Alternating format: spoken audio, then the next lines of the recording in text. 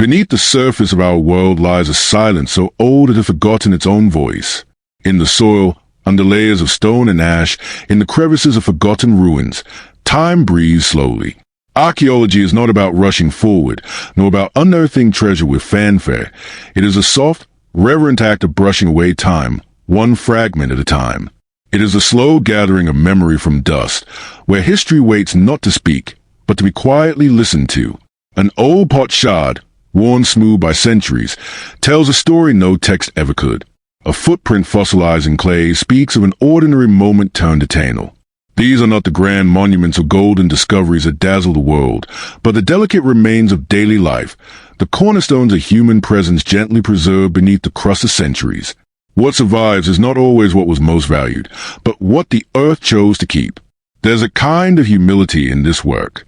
It requires patience not just with the pace of excavation, but with our own understanding. What we find, we often don't fully understand. Tools whose use eludes us, symbols without translation, walls with no apparent purpose. Yet in these gaps of meaning, wonder grows. Not knowing becomes its own kind of knowledge. The first touch of a trowel on ancient soil is like the turning of a page in a book with no author. The air smells different there, dry, old, and charged with memory. And every artifact, every bone, every laid wall is a whisper from someone who once lived, moved, and dreamed. They didn't leave messages for us. They simply lived, and the earth, in its quiet way, remembered. As we begin this journey, we step not into a tale of conquest or glory, but into one of stillness and slowness. The kind that seeps in like early morning light on stone.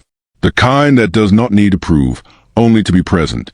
This is not history that demands our attention. It waits patiently to be found. There are places on this earth where entire cities once stood, full of breath and motion, and now, nothing. No scrolls tucked into walls, no final etching on stone, no collapsing manuscripts in the date. Just the outline of rooms, the imprint of streets, and the heavy hush of absence. Cities like Mohenjo-Daro, its drains still lined in perfect symmetry, its brickwork precise, but its people long gone. Catalog, older still, with homes built wall to wall, no doors, only rooftops, and not a single name remembered. These were not small encampments or forgotten villages. They were centers of life, places of community, worship, birth, and death. And yet, they pass from the world without ceremony. The echoes that remain are architectural, not linguistic. The stone remembers its shape, but not the people who placed it. In Mohenjo-Daro, we see advanced sanitation systems, multi-storied homes, and public baths, signs of a complex society. But no king's name, no epic, no decree. Catalog offers murals, figurines, and strange burial practices beneath the floors. But again, silence where history should be. The absence of writing isn't just a lack of record. It's a void in understanding. A quiet that feels deliberate, or perhaps just inevitable. Why did they leave? Was it disease, flood, war, or something slower, an exhaustion, a gradual dispersal, a climate shift no one survived to name? The questions linger like wind through collapsed doorways. There are no answers in the stones, only suggestions.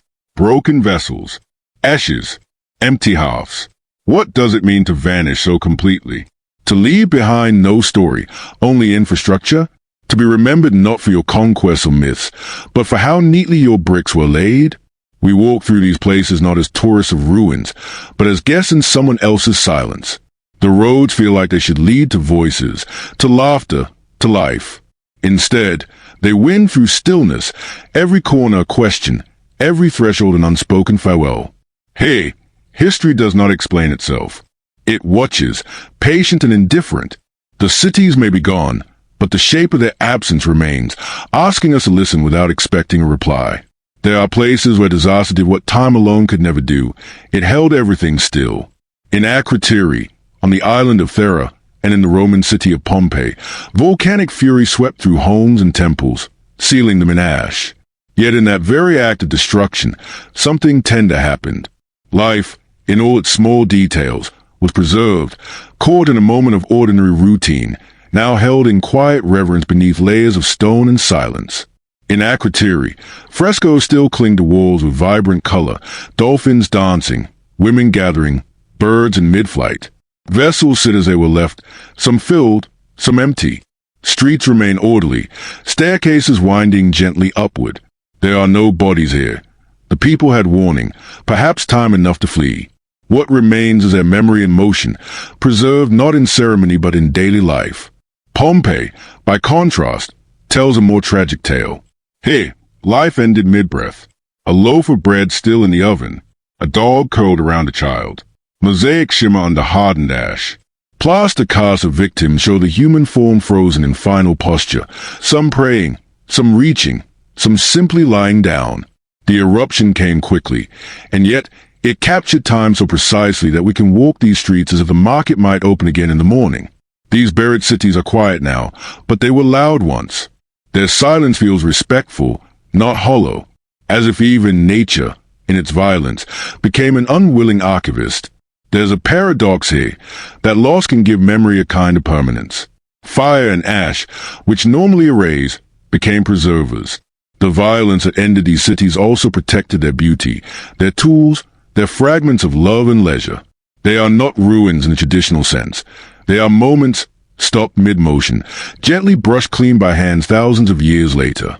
To step into these places is to fall into a stillness shaped by fire. A reminder that history is not always a slow decay. Sometimes it's a single moment, sharp, hot, and final, that becomes eternal. Across vast stretches of desert, where wind carved the earth and silence stretches wider than the sky, ancient hands once etched massive symbols into the land. These glyphs, too large to grasp from the ground, emerge only from the sky's gaze. In Peru's dry plains, the Nazca lines extend like whispers across the landscape, a monkey with a curling tail, a hummingbird mid-flight, a spider with perfect symmetry. In the Arabian Peninsula, the wheel structures appear like stone flowers, circles, and spokes mapped carefully across the terrain. Both are ancient, both enduring, and both remain unexplained. The Nazca lines were carved by removing dark rocks to reveal lighter soil beneath, simple in method, immense in scale. They span hundreds of square kilometers, yet many lines are so precise they look drawn by machine. There are over 800 straight lines, dozens of animal figures, and geometric shapes that seem to carry intention. But for whom were they made? They cannot be seen clearly from the earth. Were they messages to the gods? Ritual pathways? Astronomical calendars? In Saudi Arabia and Jordan, the stone wheels are older still, some estimated to be over 8,000 years old. They are built from low stone walls, forming intricate patterns only visible from above. No text accompany them. No structures nearby suggest long habitation. They are simply there, outlasting civilizations, quietly etched into the memory of the land. These designs resist easy explanation. Some align with solstices, others not at all. Some resemble constellations, others mimic no known form. Their mystery isn't in their age or technique, but in their purpose, or the absence of one we can name. From above, the earth becomes a canvas of symbols too vast for human scale. And perhaps that's the point. Perhaps they were made to be seen by the sky, by gods, or ancestors, or by no one at all. Maybe the act of making them was more important than being understood. Maybe meaning isn't always meant to last. In these arid lands, where rain rarely falls and erosion is patient, the glyphs remain, not as answers, but as questions drawn wide across the earth. A quiet language, still waiting for someone to listen from high above. Scattered across islands, cliffs, and remote highlands, there are stone fortresses whose origins remain cloaked in quiet obscurity. Built with precision, scale, and a strength that has defied centuries of weather and time, these structures offer no clear identity, no name etched in stone, no surviving record of their builders. From the basalt ruins of Nan Madol in the Pacific to the sprawling hill forts of northern Europe, these castles without builders stand like forgotten sentinels, watching over landscapes that have long since changed. Nan Madol lies off the coast of Pompeii, a city of stone resting in a tidal lagoon. Over 90 artificial islets, linked by canals, are built entirely from columnar basalt, thousands of tons of it. The stones are massive, some weighing several tons, stacked carefully without mortar. There are no nearby quarries large enough to explain the material's source. No surviving oral history provides a full account of the city's construction. It appears out of the mist, part water, part land, hot memory, as though raised by quiet determination and left to be reclaimed by the tide. Far from the Pacific, the ancient hill forts of Britain, Ireland, and mainland Europe tell a similar tale.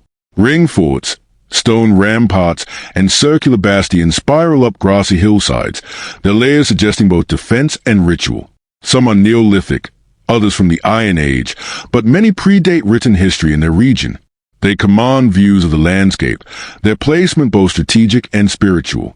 Yet the people who live within their walls are known only by fragments, pottery shards, fire pits, or bones buried near entrances. In both cases, the question lingers: how were these built? The engineering required is undeniable: moving stone, shaping the earth, creating drainage systems, aligning walls with the sun. But there is no blueprint, no diagrams, just the result, still standing. The silence surrounding these structures is not empty. It's textured. You can feel it in the sea air brushing the stone at Nan Madol, or in the wind that whirls over the moors, pressing against the stones of a lonely hill fort. It's the kind of silence that feels lived in, as if generations once spoke here, argued, prayed, watched the stars, and then slowly faded, leaving only the walls behind. These fortresses were not meant to tell stories through language. They speak instead through form, the height of a wall, the curve of a boundary, the scale of ambition set into stone. We walk among them not to read, but to feel. The hands that place these stones may be lost, but their strength, their mystery, and their presence remain. In the ruins of ancient temples and crumbled palaces, there are staircases that ascend with purpose, then end abruptly.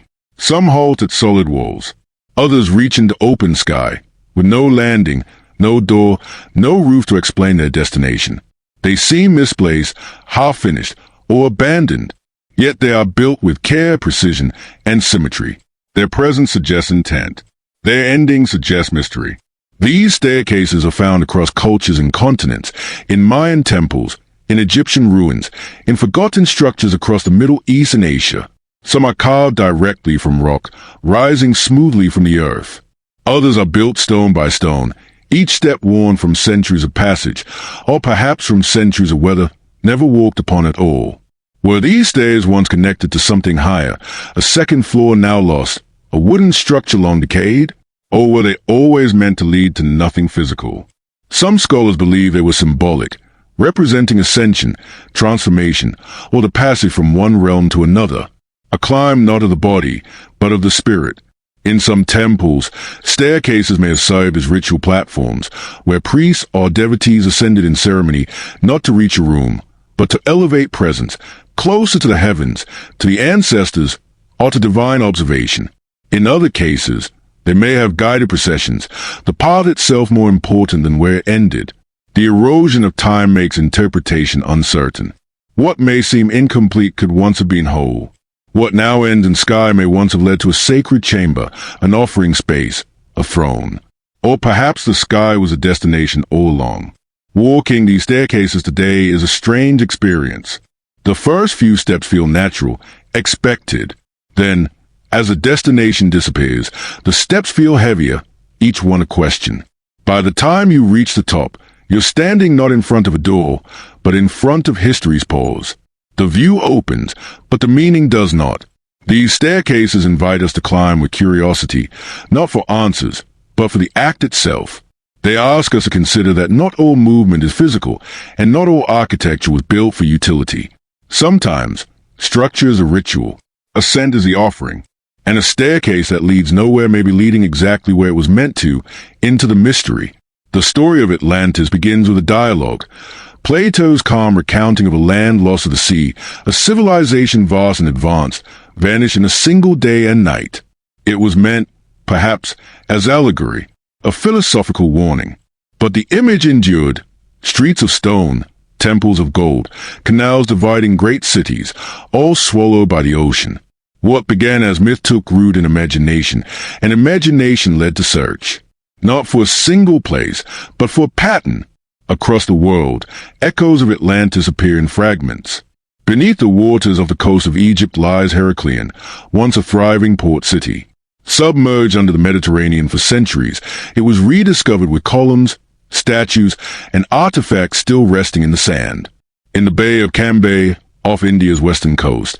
Sonar scans reveal structures on the seafloor, geometric, grid-like, shaped like cities, their origin still debated. Along the Dogger Bank, in the North Sea, lies Doggerland, a drowned forest that once connected Britain to mainland Europe. Preserved beneath silt are traces of mammoth hunters, campfires, and tools, a prehistoric world slowly overtaken by rising tides. None of these are Atlantis, and yet each one feels like a note from the same forgotten song. The sea holds many ruins. Its erosion is gentle but permanent. It does not destroy with fire, but with silence. Over centuries, coastlines reshape, islands shrink, rivers shift course. Civilizations that lived at the edge were eventually swallowed. And what the ocean covers, it also preserves, sometimes perfectly, sometimes barely. Perhaps Atlantis was not one place, but many. Perhaps Plato's tale was a memory of memories, a story stitched from dozens of disappearances, passed through time until it gained shape and mythic weight. 1,000 drowned cities become one imagined city. 100 rising seas become one final wave. These echoes do not confirm the myth, but they don't dismiss it either. They invite us to listen differently, not for the coordinates of a perfect circle-shaped island, but for the truth that civilizations have always lived close to the water, and water always moves. To search for Atlantis, then, is not to chase legend, but to explore our shared fragility. To understand that land is not permanent, and memory is often what remains when the land is gone. In the quiet blue depths, among sand and silt, statues lie with closed eyes. Streets wait beneath coral. Temples lean gently into darkness. Atlantis is not a destination. It is a question, and that question still drifts in the tide. High in the folds of mist-covered mountains, where the air thins and time seems to pause, ancient people built places of worship. Not in the heart of cities, nor on fertile plains, but on ridges, cliffs, and unreachable summits, where each step toward the temple was a step closer to the sky. From the green terraces of Machu Picchu to the stone precinct of Delphi, these sacred places were shaped not only by faith, but by elevation itself. Machu Picchu rests like a stone crown above the Urubamba Valley, wrapped in clouds and silence. It was never a city in the traditional sense. It was a sanctuary, a retreat for incarnability, a place of ceremony, reflection, and alignment. The mountains surrounding it weren't backdrops. They were part of the temple. The peaks had names, personalities, and spirits. To the Inca, mountains were alive, apis, guardians and gods in stone. Building on them wasn't conquest. It was communion. In Greece, the temple of Apollo at Delphi clings to the side of Mount Parnassus. Pilgrims climbed steep paths to reach the oracle, the Pythia, whose visions were said to emerge from the deep breath of the earth. The temple itself is not monumental in size, but in presence. Its view stretches endlessly. The sky, the rock, and the open air form a kind of architecture beyond stone. Altitude changes how we think, how we breathe, how we pray. In thinner air, the world feels quieter. The body slows. The mind listens. Perhaps ancient builders knew this. Perhaps the journey upward, through narrow trails, steep stays, or spiraling paths, was part of the sacred process. It was not just a temple that was holy, but the effort to reach it. Elsewhere, in Bhutan, cliffside monasteries perch like birds' nests. In Japan, sacred peaks like Mount Kia Cradle Temple complexes among moss and cedar. In the Himalayas, stone shrines sit among snow and silence. Always upward, always away from noise, from crowds, from ordinary breath. These temples weren't just meant to connect people to gods. They connected earth to sky, stone to wind, human presence to something beyond measurement. Today, when we visit these places, the stillness feels deliberate. The stones are warm but firm. The wind moves slowly. Birds pass overhead, but rarely speak. It is a quiet not of abandonment, but of reverence. To build in the mountains is not easy. It never was. And yet they did, hauling stone, shaping terraces, aligning paths. Not for glory, but for grace. A grace found in height, in distance, in breath held just a little longer. The temples in the mountains remind us that the sacred isn't always in what we find.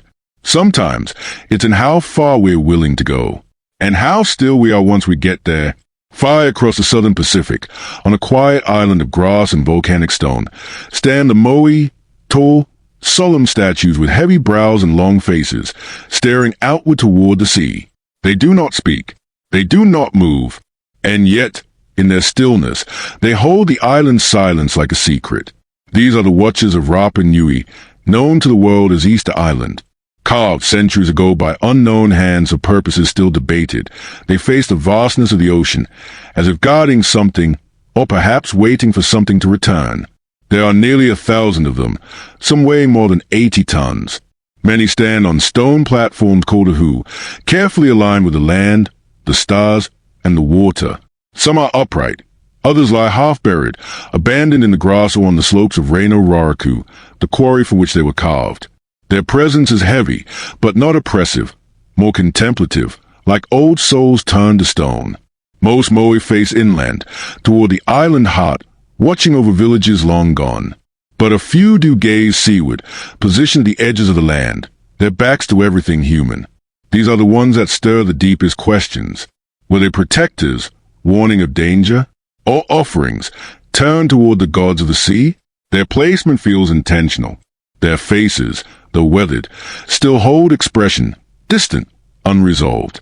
Rapa Nui is not the only place where statues meet the ocean.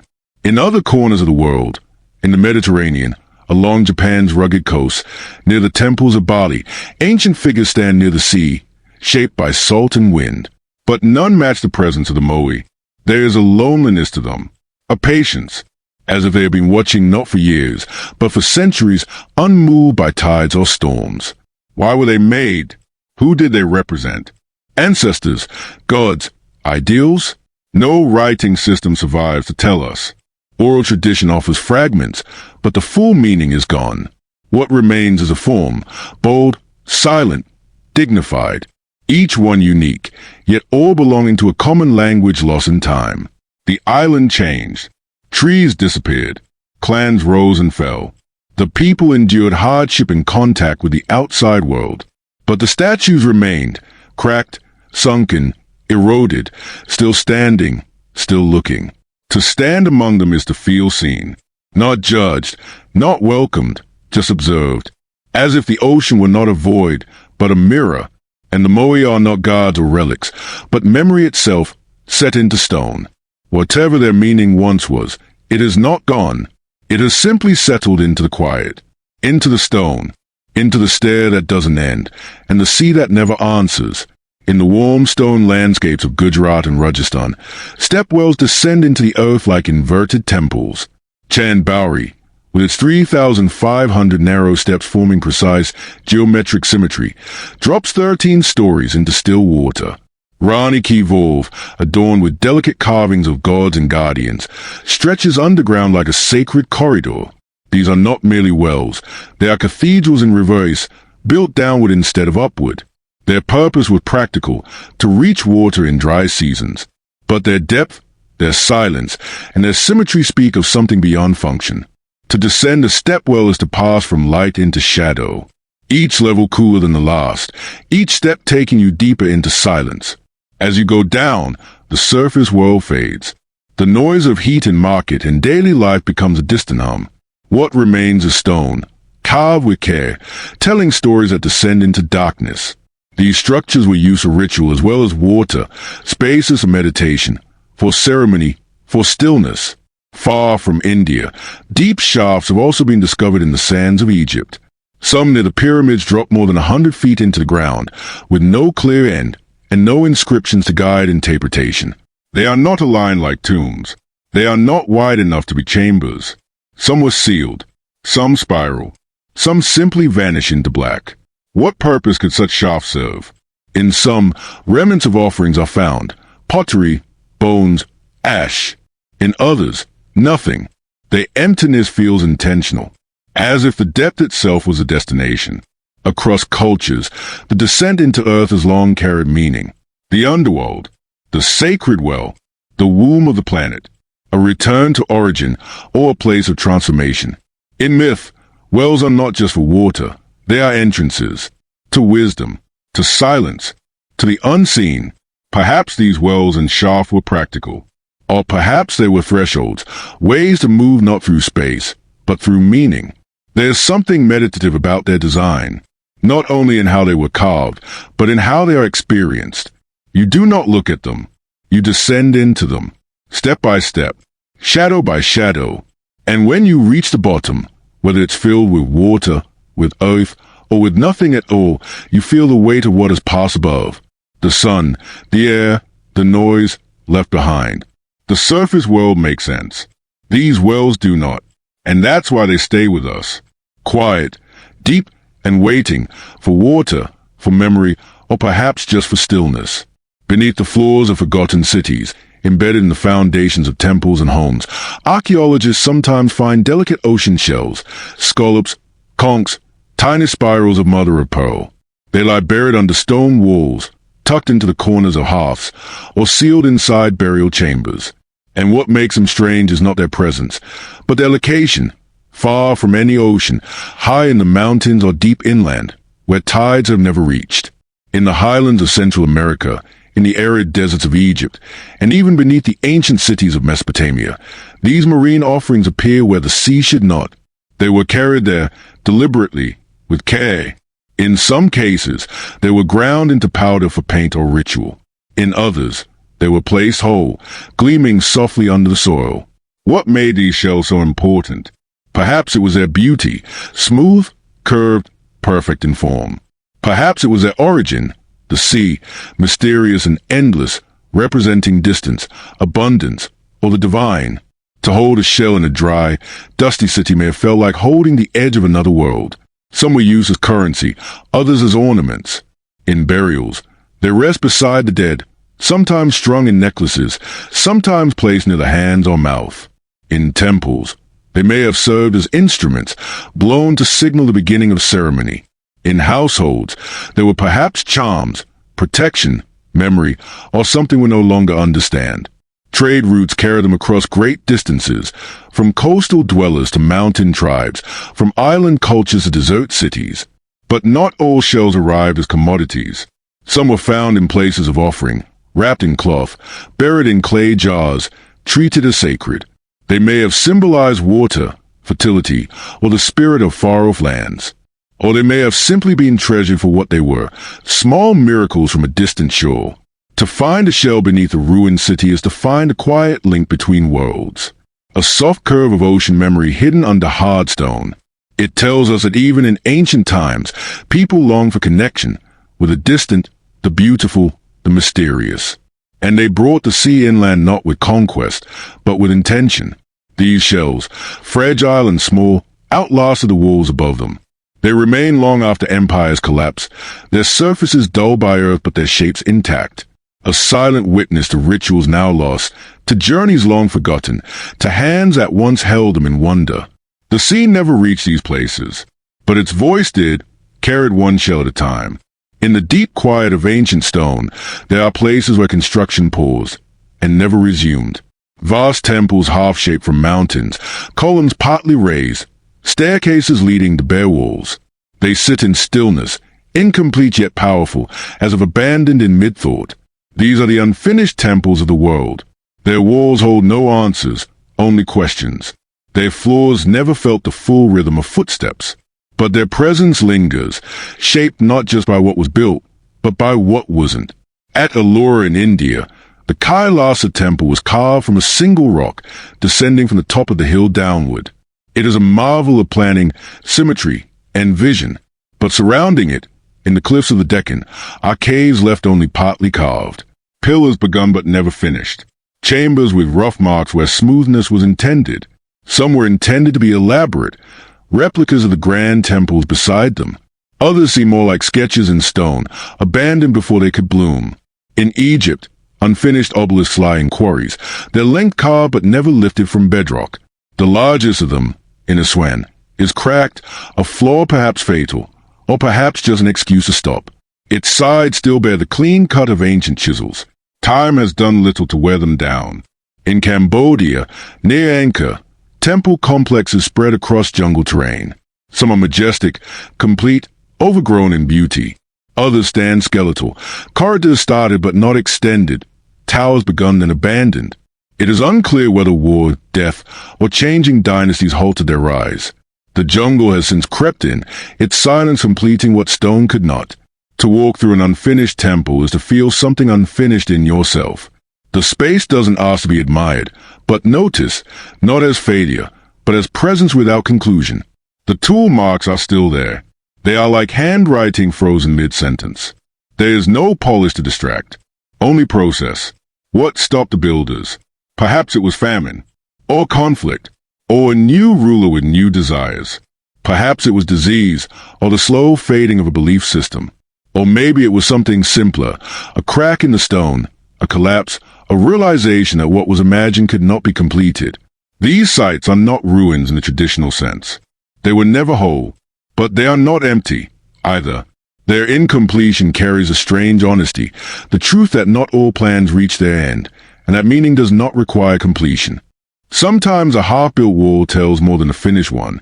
Sometimes a tool mark speaks louder than a carved relief.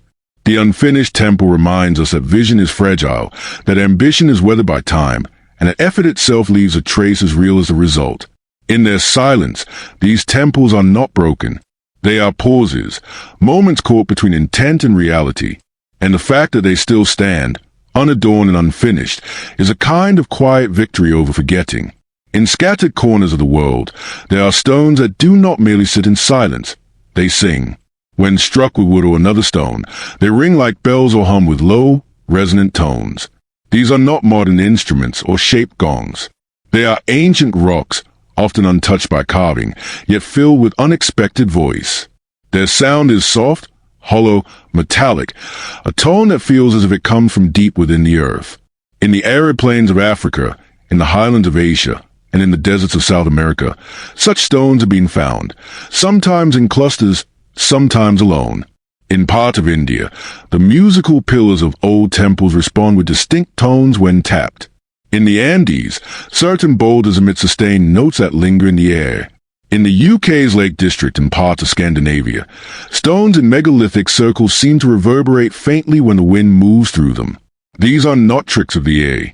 They are acoustic properties hidden within mineral composition and structure, quartz veins, iron cores, cavities unseen by the eye. Ancient people didn't stumble upon these by accident. In many sites, the singing stones are carefully placed, surrounded by ritual architecture. They were likely chosen for this quality. And when we listen to them now, we hear not just sound, but intention, as if someone, long ago, needed the earth to speak back. What were these stones for? Some may have been used in ceremony, drums of stone to call gods or spirits. Others perhaps marked boundaries, their sound a way to define space not just visually, but sonically. Still others may have served in healing or trance, their vibrations altering consciousness, guiding meditation, inviting dream. The sound they produce is not loud. It doesn't demand attention. It lingers just on the edge of hearing, as though it's meant more for the soul than the ear. And in that subtlety lies their power. A reminder that the ancient world was not always visual. It was acoustic. Textures of sound mattered, the echo in a chamber, the resonance of rock, the wind through columns. We often think of stone as mute, unchanging.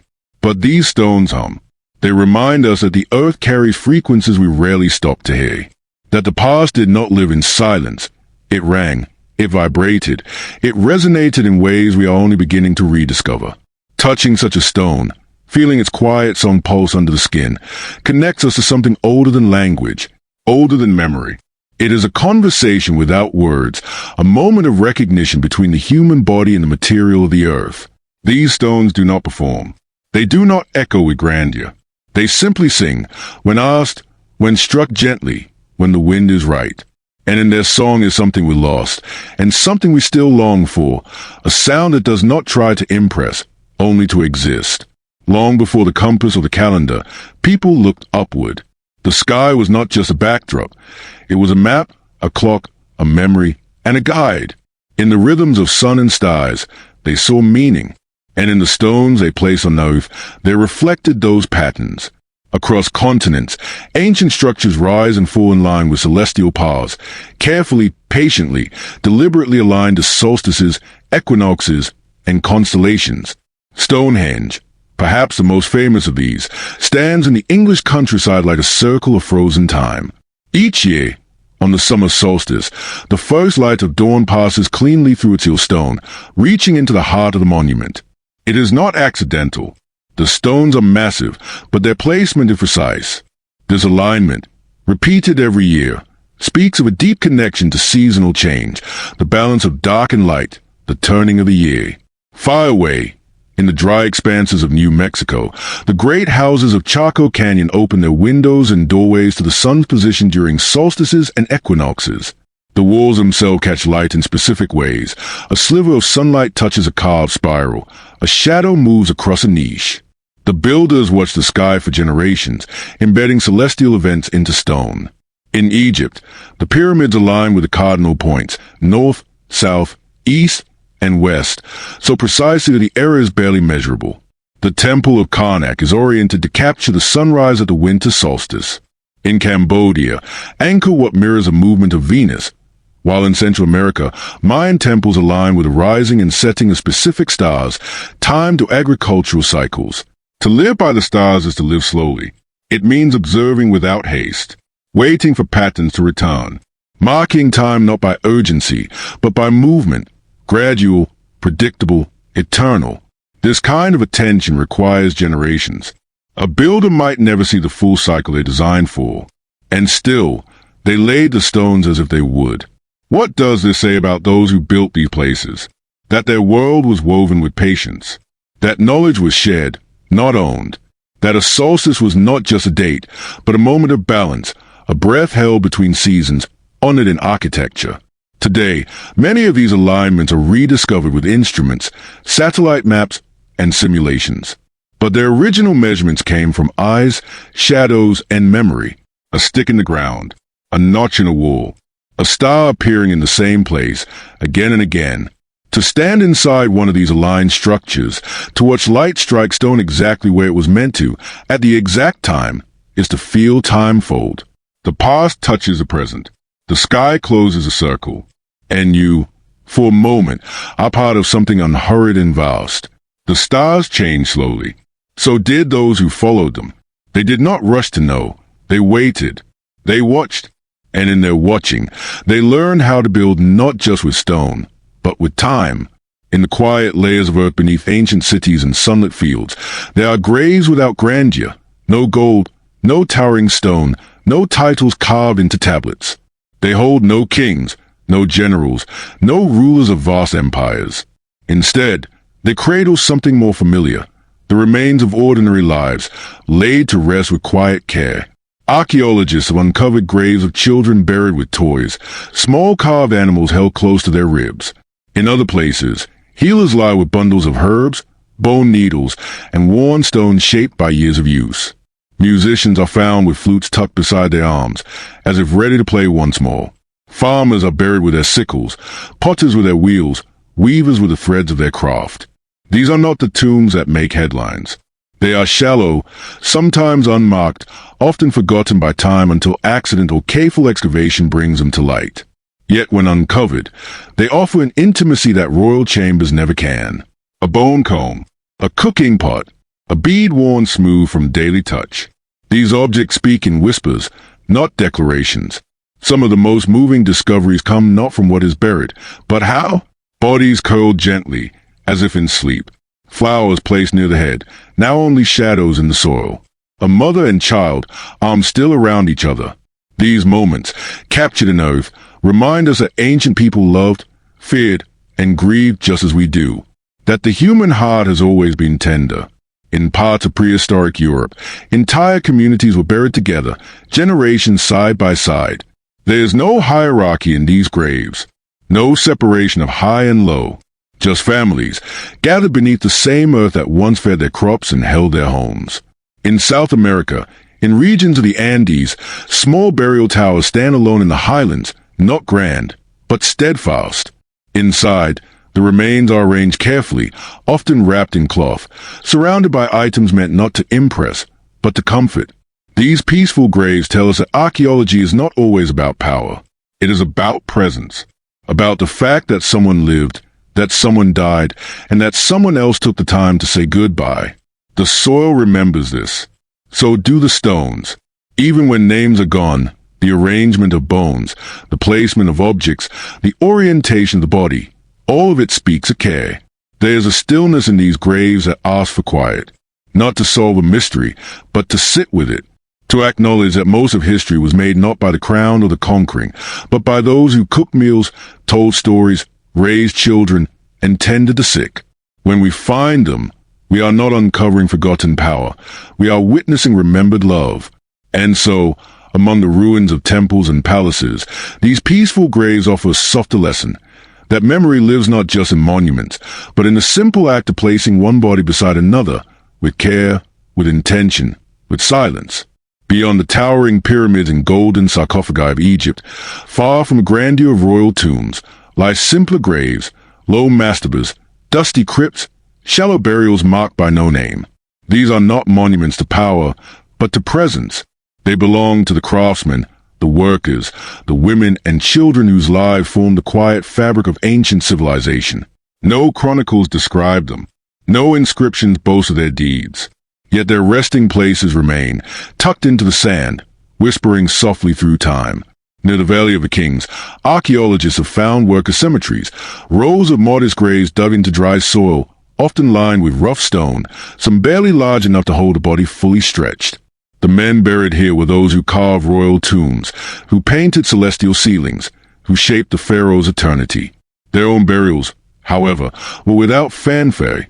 A few personal items, sometimes a bowl or a simple amulet, rest beside them, offerings not of wealth, but of memory. Mastabas, the flat-roofed tombs of Egypt's early dynasties, often held family members or officials of lesser rank. Though more substantial than a pit grave, many bore no inscriptions. Over centuries, wind wore down the outer layers, and time erased whatever names might have once marked them. What remains is structure without identity, a place where someone was remembered, even if the name is gone. In Saqqara and Giza, rows of unadorned stone rectangles stretch toward the horizon, each one once carefully constructed. They may have belonged to scribes, to temple workers, to musicians or midwives.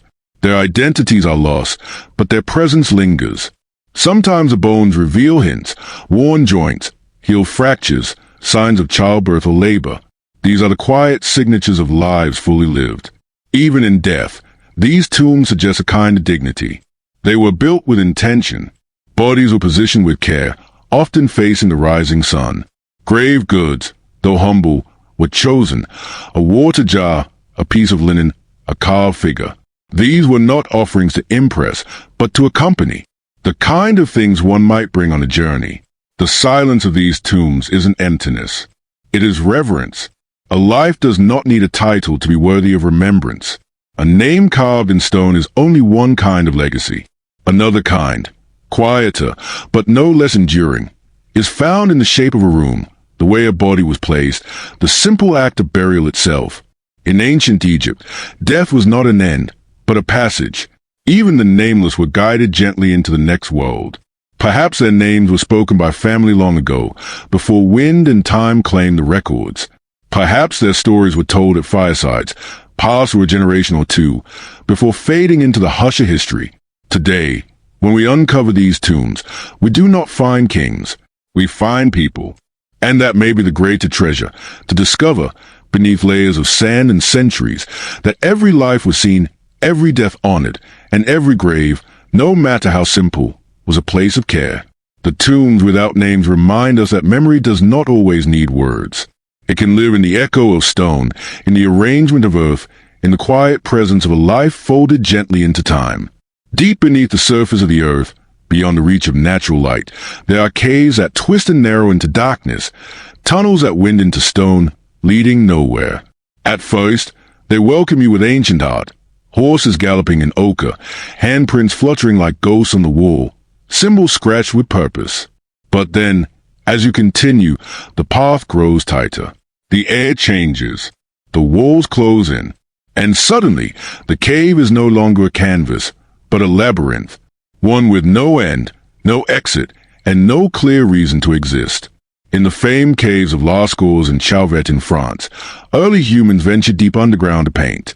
They brought fire, pigments, and reverence into places the sun had never touched. But in some chambers, deeper than any art, beyond any image, the tunnels continue, narrow and blind. There is no art here, no carvings, no remains. Just cold air and silence, pressed tight between ancient walls. Why did they go so far? What drew them into the earth when there was no promise of light, no shelter, no food? The answer may not be practical. It may be spiritual. Perhaps these caves were thresholds, places where the world grew thin, where the stone itself seemed alive, and the journey inward was a ritual. Not a search for escape, but for transformation. In myth and memory, caves have always been places of change, wombs of rebirth, mouths of the underworld, homes of gods and ancestors. To enter was to leave behind the surface world, to step into the unknown. But not all of these labyrinthine caves show signs of human presence. Some appear untouched, narrow passageways descending into bedrock, branching like veins, ending in tight, airless chambers. No art, no tools, just emptiness. And yet, their very form suggests that someone explored them, that feet once felt their floor, that breath once filled their air. Could they have been warnings? Chosen places where people went to speak to the dark, or to confront it? Or were they simply abandoned, paths taken too far, spaces too difficult to use, left to become questions carved in stone? In places like the Paleolithic caves of Spain, some of these deeper passages seem intentionally blocked with stones, as if sealing something in or keeping something out. The entrances remain, but the intention is lost. All that remains is the architecture of mystery. To explore such caves today is to surrender to slowness. There is no rush. The body moves carefully. The eyes strain for shape. The silence is complete, the kind that wraps around you like water. It is a place where sound fades and thought becomes physical. What kind of person first entered these spaces? With only a flickering flame, a handful of ochre, and the need to mark presence in the oldest way, by reaching out and touching stone. Perhaps they left when the cave turned inward. Or perhaps they kept walking, deeper, until the world narrowed to nothing. The caves with no exit are not mistakes. They are places of choice, of descent, of deep quiet that resists explanation. They do not give us the comfort of meaning. They only offer space, dark, winding, and unfinished. And in that space, something ancient lingers. Not fear, not danger, but stillness. A stillness that asks nothing and answers even less. It is the quiet of the earth before memory, the silence that came before sound, the path not meant to lead out, but only in. Deep within the walls of ancient temples and tombs, there are doors that do not open, blocks that appear to be passageways, perfectly carved, perfectly aligned, but lead to nothing. In the Great Pyramid of Giza, narrow shafts ascend into darkness, some ending in sealed stones etched with metal fittings, never meant to be moved. In Maya ruins like Palenque or Tikal, thick stone walls hide behind them small, enclosed chambers, some discovered only by accident, others still hidden behind layers of silence. These are not ordinary doors. They were built with precision and then closed with intention. Some are false, leading nowhere. Others are real, but remain sealed to this day, either out of respect or uncertainty. The question is always the same: what lies behind them? In Egypt, tiny robotic cameras have explored shaft-like corridors, revealing mysterious doors at their end. Copper handles intact, their surfaces untouched for thousands of years. These doors do not open to larger rooms, but to smaller voids, passageways too narrow for human entry. Were they for spirit travel, celestial alignment, or simply a riddle left by architects who understood the power of unanswered questions? In Central America, walls have been found that hide elaborate crypts, sometimes filled with carvings, sometimes empty. The tomb of the Red Queen in Palenque, for instance, lay sealed for centuries behind a series of stone layers. No inscriptions led there. Only clues embedded in architectural patterns suggested that something lay beyond. Some scholars suggest these sealed spaces were symbolic, metaphors for the afterlife, for the hidden soul, for knowledge meant only for the initiated. Others believe they were decoys, meant to mislead looters and protect more sacred interiors. In certain cases, they may have held nothing at all, their emptiness a kind of ritual purity. What makes these chambers so haunting is not what they reveal, but what they withhold. They represent the limits of our knowing, the walls we cannot pass through, the locks we cannot pick without breaking what we seek to preserve. There is a quiet tension in their presence. A door is an invitation, but a sealed door becomes a boundary, not just physical, but emotional. We project onto it. We imagine. We speculate. And in doing so, we keep the mystery alive. To leave such doors unopened is an act of patience, of reverence, of allowing the unknown to remain intact. Perhaps these sealed chambers were not built to be discovered. Perhaps their power lies in their concealment. A space that contains something, or nothing, or everything, depending on how we choose to look. They remind us that some knowledge, especially in the ancient world, was not meant to be shared. It was meant to rest deep and undisturbed. Not all mysteries call out to be solved. Some ask only to be acknowledged, then left in peace. Behind the last wall, there may be treasure, or a bone, or a single carved symbol, waiting, or perhaps only air, sealed long ago by hands that believed the unseen had meaning of its own. And maybe that's enough. A sealed door, in its quiet refusal, becomes not a barrier, but a mirror, reflecting back our desire to know, our struggle to accept the unknown, and our willingness to stand before mystery without needing to pass through. Beneath the crust of centuries, among rusted fragments and half-buried tools, lie echoes of noise that feels out of place. The Antikythera mechanism, recovered from a shipwreck off the coast of Greece, is one such echo, a bronze device, broken and corroded, filled with interlocking gears too precise for its time.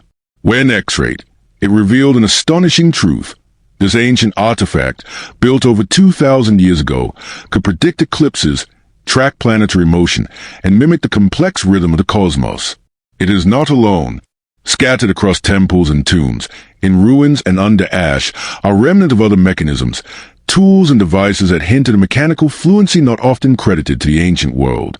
In Roman temples, archaeologists have uncovered rotating altars, stone platforms that could turn during ritual, moved by hidden systems of pulleys or gears.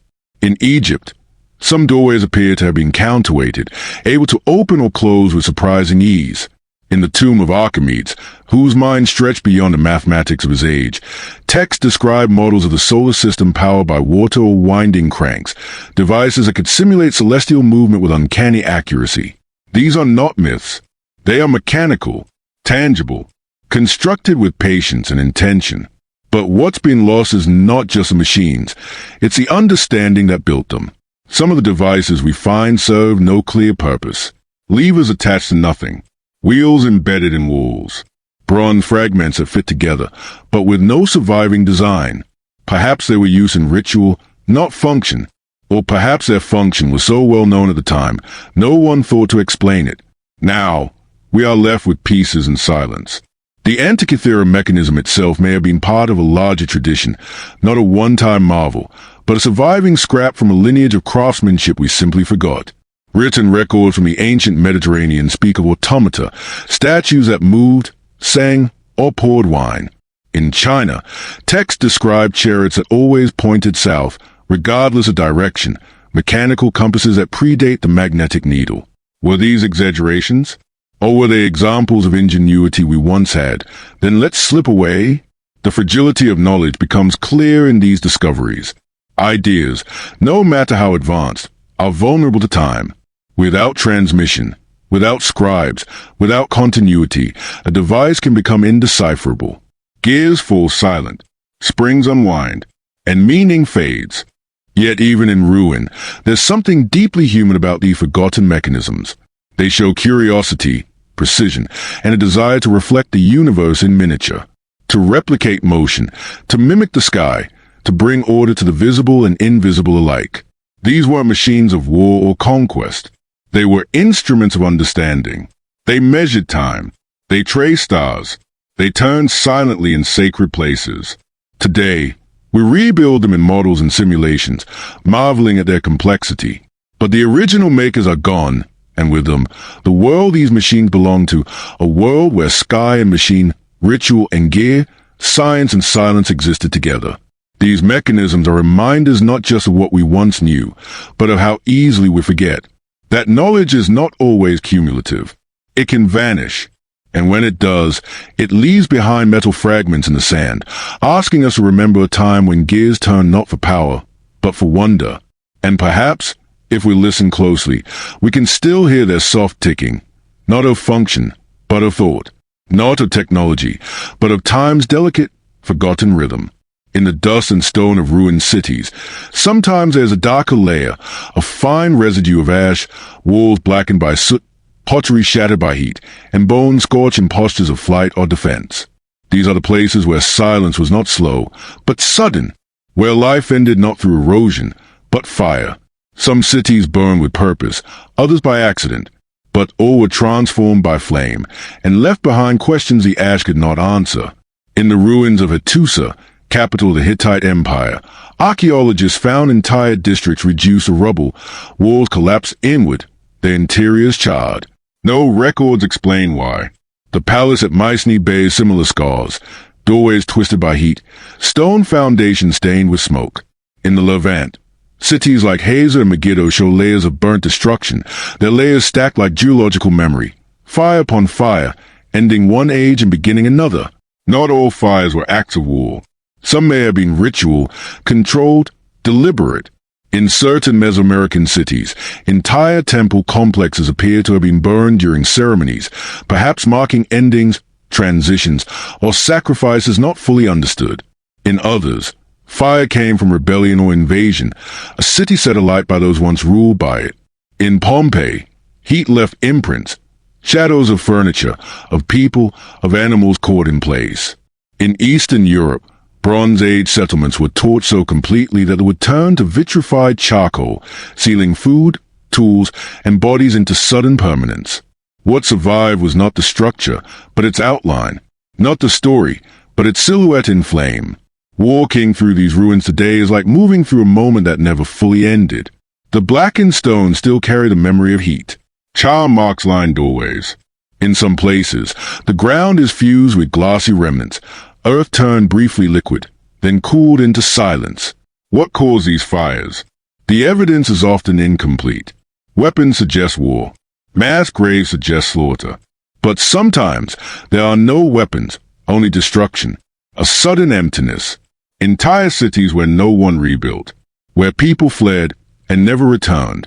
There is a strange stillness in these places. A sense that something was left unfinished.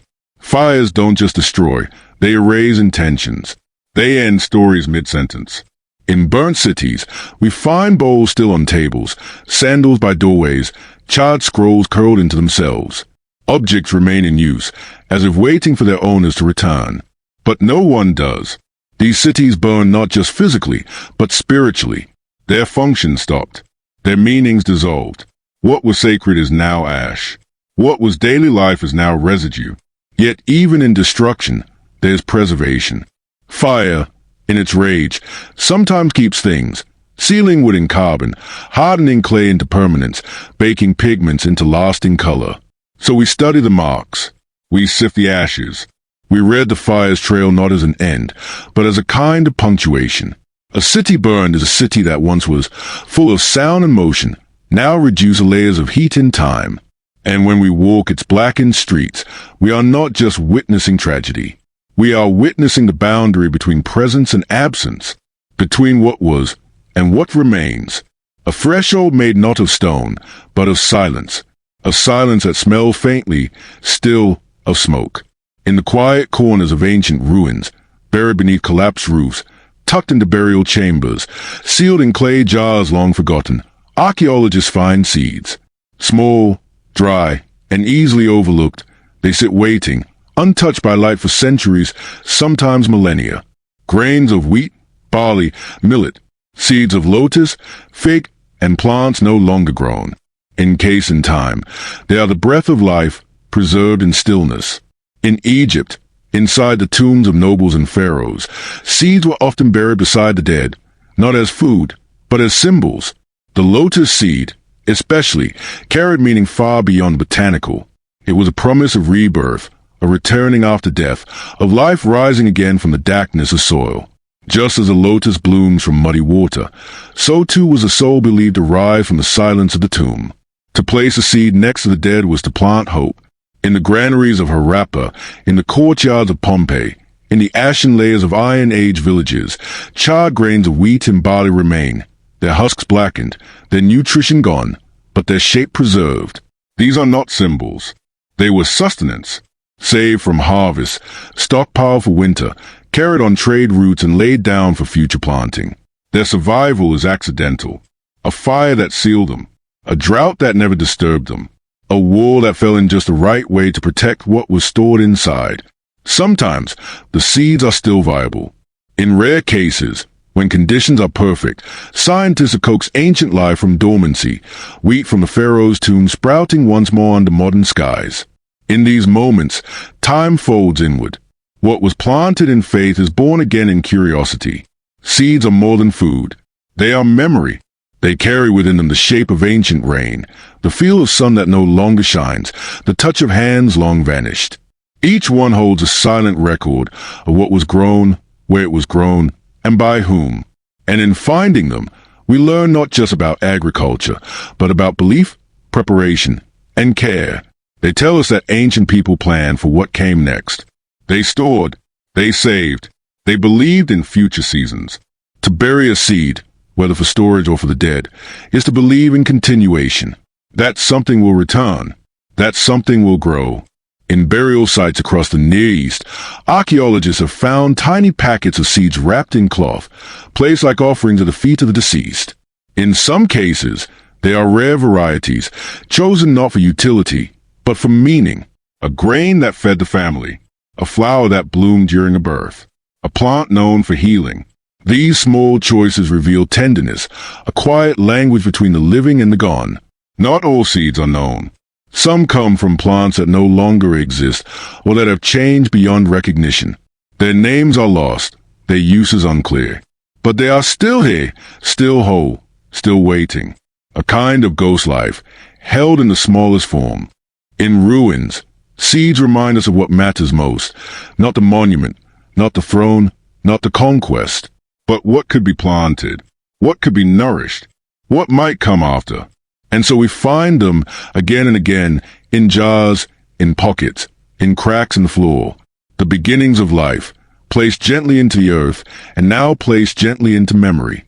They do not shout, they do not shine, but they remain, full of promise, full of patience, full of the silent certainty that even in ruins, life waits to grow again. Scattered across plains, hillsides, and high deserts, there are ancient structures that defy expected alignment. They do not face the sunrise or sunset.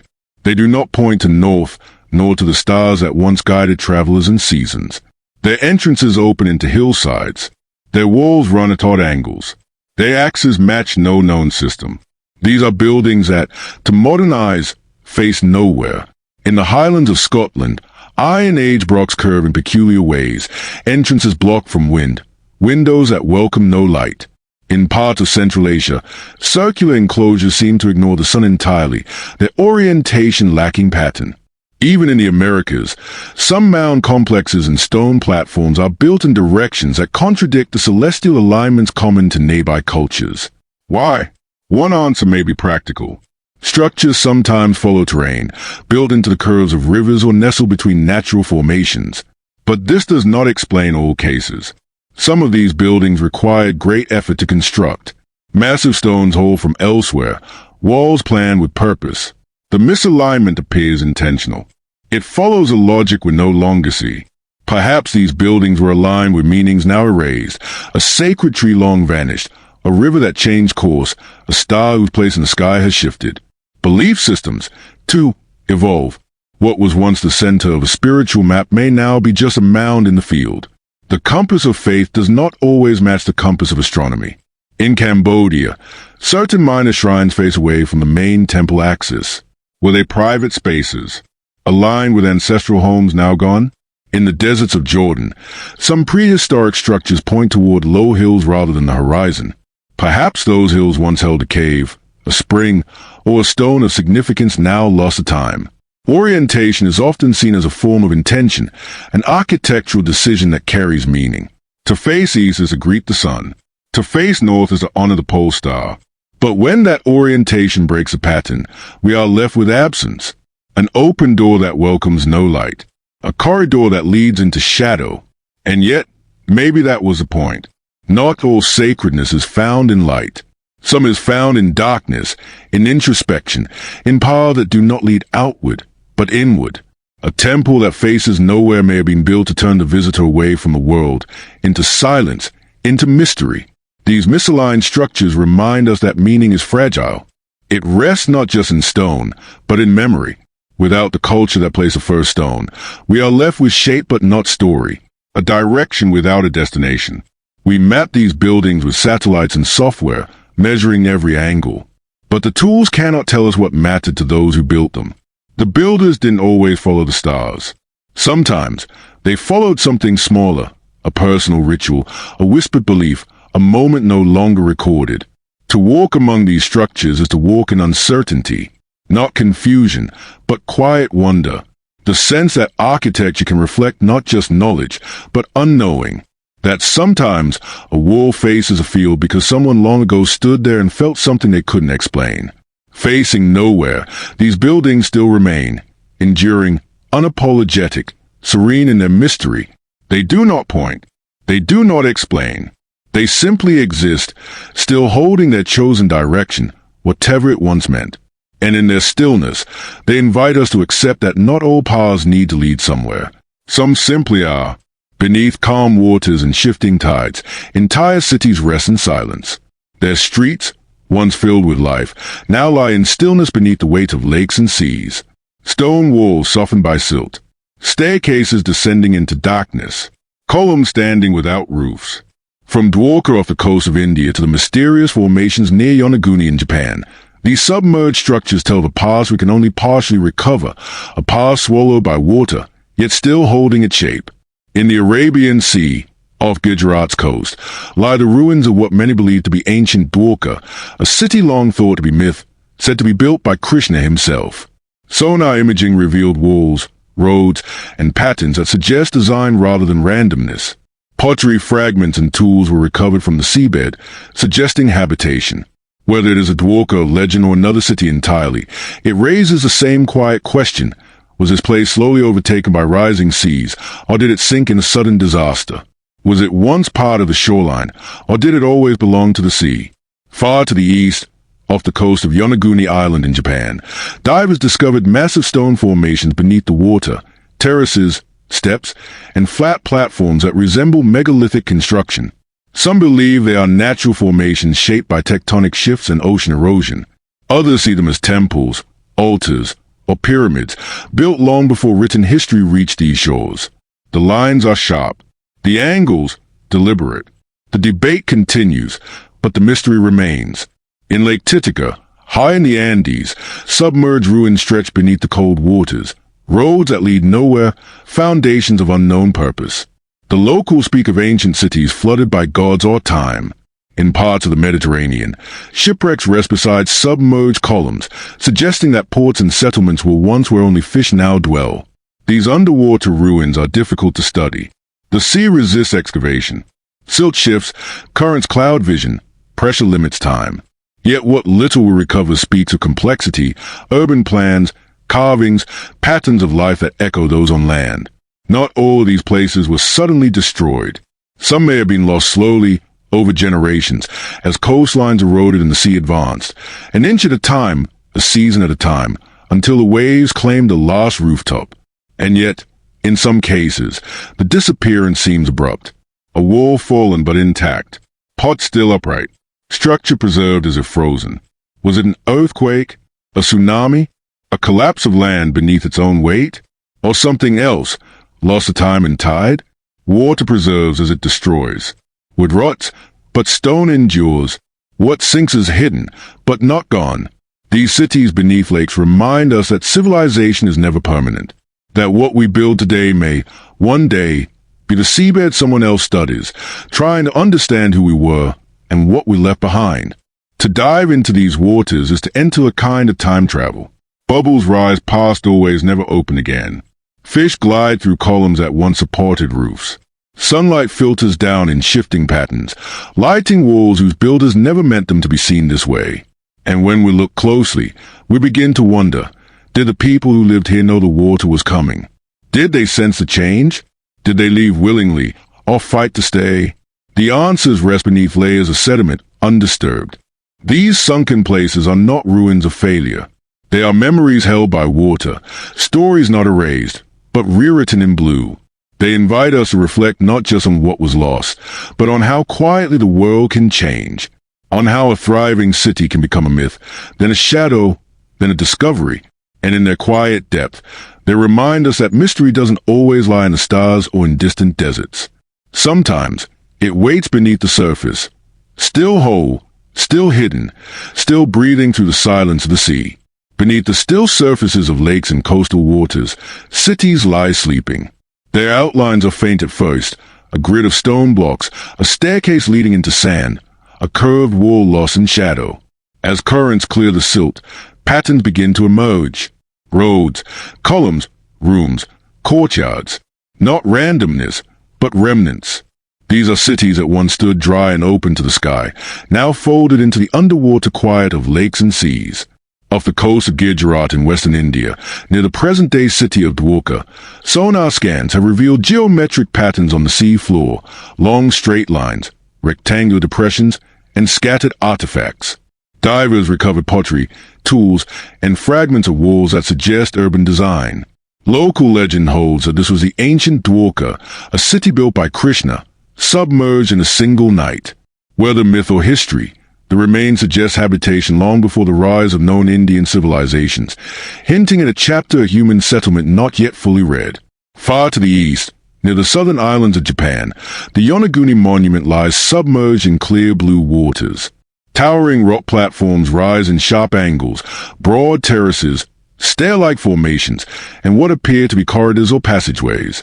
Some geologists believe the monument is natural, shaped by tectonic forces and erosion.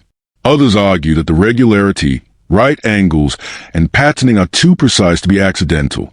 If it was made by human hands, it may be among the oldest surviving structures on Earth, built by a civilization we've forgotten or never knew. In the high Andes, Lake Titicaca, already over 3,800 meters above sea level, holds traces of ruins beneath its deep waters. Archaeologists have found stone roads and walls on the lake bed, suggesting settlement before the lake reached its current size. In 2000, divers discovered a submerged temple nearly 200 meters long, an architectural footprint now out of reach from land, preserved only by the cold, still waters of the mountain. Other lakes tell similar stories. In Turkey's Lake Van, ruins rest beneath dark volcanic waters. In China's Fuxin Lake, divers found stone buildings aligned like a town square. The same echoes appear again and again. A community once stood here. Now, the water is its sky. Why did these cities vanish? The answers are not always clear. Some may have slipped into lakes through earthquakes or erosion, falling slowly as the earth shifted beneath them. Others may have faced sudden floods, a river overflowing, a tsunami washing far inland, a dam or embankment failing with catastrophic force. And some may not have sunk at all. They may have been built at water's edge and abandoned as levels rose, season by season, year by year, until one day the waves crept through doorways and over thresholds. The question of whether these cities were lost to disaster or simply left behind does not change their mystery. What matters is that they remain, not destroyed, but relocated, hidden, preserved, suspended between presence and absence. There's a strange stillness to underwater ruins. Unlike dry ruins exposed to sun and wind, they are protected. Fish swim through empty holes. Coral forms around stone. The buildings dissolve slowly, gently, held in suspension. No footsteps disturb them. No animals graze them. Their silence is unbroken. And because they are hard to reach, they resist easy answers. Excavation is difficult. Visibility is poor. Measurements are brief. Each dive uncovers only fragments. But those fragments are enough. They remind us that what we call permanent is not. That cities can sink. That memory can be covered by water. That presence can be erased without being destroyed. In some ways, these submerged places feel more like dreams and ruins. Their lines are softened, their edges blurred. To visit them is to move through a different kind of time, slower, heavier, unspoken. The surface world fades. Below, there are only shapes, movement, and the hush of ancient architecture, breathing beneath the lake. We may never know the full stories behind these sunken cities. We may never find their names, their kings, their daily rhythms, but we know they were there, and that is enough. Enough to remember that even underwater, history waits. Quiet, patient, undrowned. Across the ruins of temples, tombs, and forgotten homes, masks lie waiting. Carved from stone, shaped from clay, hammered from gold or cast in bronze. They gaze out with hollow eyes, not lifeless, but unreadable. Some have peaceful expressions, others grotesque or exaggerated. Most show no sign of ever being worn. They are not sculpted to fit a specific face. They belong to no one. And yet they are everywhere, left in walls, buried in floors, arranged in rows, sometimes alone. Masks without faces. In ancient Mesoamerica, the Olmec civilization created monumental stone heads, but they also carved small jade masks, intricate, delicate, and clearly never meant to be worn. Their size suggests ritual use, perhaps to represent gods, spirits, or ancestors. Some have feline features or unnatural proportions, as though merging human with something other. In Egypt, golden death masks are famous, like that at Tutankhamun, but many other masks, simpler and without inscriptions, remain disconnected from any known person. In the Mediterranean world, terracotta masks were often left in sanctuaries. In Greek culture, masks were used in theater, yes, but also as offerings, hung on trees, placed in graves, or built into walls. In the Indus Valley, enigmatic faces with stylized features appear on small tiles and fragments, their meaning unknown. Were they portraits, ideals, warnings, or perhaps something else entirely? Some masks carry animal features, beaks, horns, tusks. Others are smooth, almost abstract, the face reduced to symbols. Still others are emotionless, neither joyful nor mournful, just quiet. Their mouths are closed. Their eyes are always open, watching. Why did ancient people make so many faces not meant to be worn? Perhaps masks served not as disguises, but as vessels, a way to give form to the unseen, spirits, deities, ancestors. A mask could make the invisible visible, could allow for a ritual conversation, a symbolic exchange. It could represent what the eye cannot name. In some cases, masks may have acted as intermediaries, not worn by the living, but offered to the dead or to gods, placed in tombs to accompany the spirit, left in homes to guard thresholds, built into walls to watch over a family. They were not personal, but present. The lack of names is striking. Many of these masks are exquisitely crafted, yet none are labeled. No accompanying inscription says, "This was me." The anonymity seems purposeful. These were not portraits. They were more like mirrors, reflecting something internal, archetypal, or imagined. In some cultures, masks were part of initiation, not to hide identity, but to dissolve it. To wear a mask was to shed your name, to become something else, if only for a moment. But what of the masks that were never worn? Those left behind, blank and silent? Perhaps they represented people who never lived, ideal ancestors, archetypes, collective dreams. Or perhaps they were always meant to be unreadable, their purpose not to reveal, but to remind. Time has taken many of their meanings. The rituals they belong to are mostly gone. The words once spoken in their presence are forgotten. What remains is their form, their gaze, their mystery. To hold such a mask is to feel the weight of presence without identity. To look into its eyes is to look into something that doesn't return your gaze, but doesn't look away either. A quiet tension, held in stone or clay. Today, these masks line museum walls, separated from the sacred spaces that once held them. But even in glass cases, they hold power. Not because we know what they meant, but because we don't. They carry mystery without explanation, purpose without instruction. They are not remnants of individuals. They are traces of imagination, belief, and a world where the line between human and spirit, real and symbolic, was always shifting. And in their silence, they continue to ask, who are you beneath the face you wear? What remains when the name is gone? Masks without faces, faces without names, eyes that never close, watching, still. In the long story of humanity, some chapters are missing. Whole civilizations once filled valleys and coastlines, built cities, carved temples, traded goods, buried their dead with care, and then disappeared. Their names survive in fragments, their artifacts in layers of soil. But their language, beliefs, and memories have slipped beyond reach. The Etruscans, the Mississippians, the Nabateans, they rose, thrived, and vanished, not always in catastrophe, sometimes in silence. The Etruscans lived in the hills of Italy before Rome rose to dominance. They built cities with underground tombs, painted walls with banquets and dances, crafted jewelry of gold and bronze. Their influence on Roman architecture and religion is undeniable, yet we cannot read their language fully. What survives are inscriptions without translation, rituals described by outsiders, voices filtered through Roman pens. The people themselves left no grand narrative, just finely shaped urns, symbols carved in stone, and silence where history should be. In North America, the Mississippian culture built monumental earthworks, vast mounds shaped like pyramids, serpents, or celestial symbols. Cahokia, near present-day St. Louis, was once a city of tens of thousands. It had plazas, wooden temples, and a society capable of organizing large-scale construction and trade. And then, before European arrival, it declined.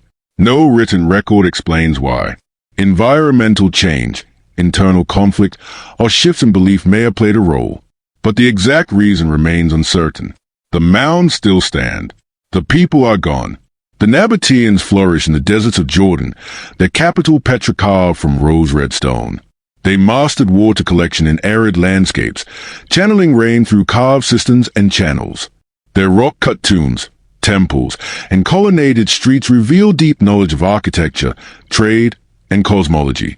For centuries, they controlled routes connecting Arabia, the Mediterranean, and the East. Then they faded, absorbed into Roman culture, their language lost, their rituals remembered only in stone. These are not the only missing voices. In Central Asia, cities of the Bactrian civilization have been found with seals, sculptures, and complex layouts, yet no texts. Along the Silk Road, oasis kingdoms flourished, then vanished beneath sand and memory. In the Pacific, Lapita cultures left pottery and migration routes, but little else. Their descendants live on, but the original voices have dimmed. Why do civilizations disappear? Not always through violence. Some merge with neighbors, their names lost as languages blend. Others scatter due to drought, disease, or slow collapse. Beliefs change. Centers shift. Stories go untold. And time, with its steady erosion, lets the details slip away. Archaeology recovers fragments, tools, bones, broken ceramics, outlines of walls. But meaning is harder to restore. Without language, without narrative, without memory passed from mouth to mouth, we are left with outlines, like shadows cast by fire that has long since gone out. And yet, the presence of these cultures is undeniable. They shaped the world. Their roads were walked. Their food was eaten. Their songs were sung. Even if we no longer hear the words, we feel their echoes in what came after. The missing civilizations remind us that permanence is an illusion. Greatness does not guarantee remembrance. Cities rise not just from stone, but from stories. And when stories stop being told, even the strongest walls can crumble into obscurity. But there's beauty in the fragments. A single bead, a carving in sandstone, a buried bowl. These hold more than dust. They hold the quiet persistence of those who came before.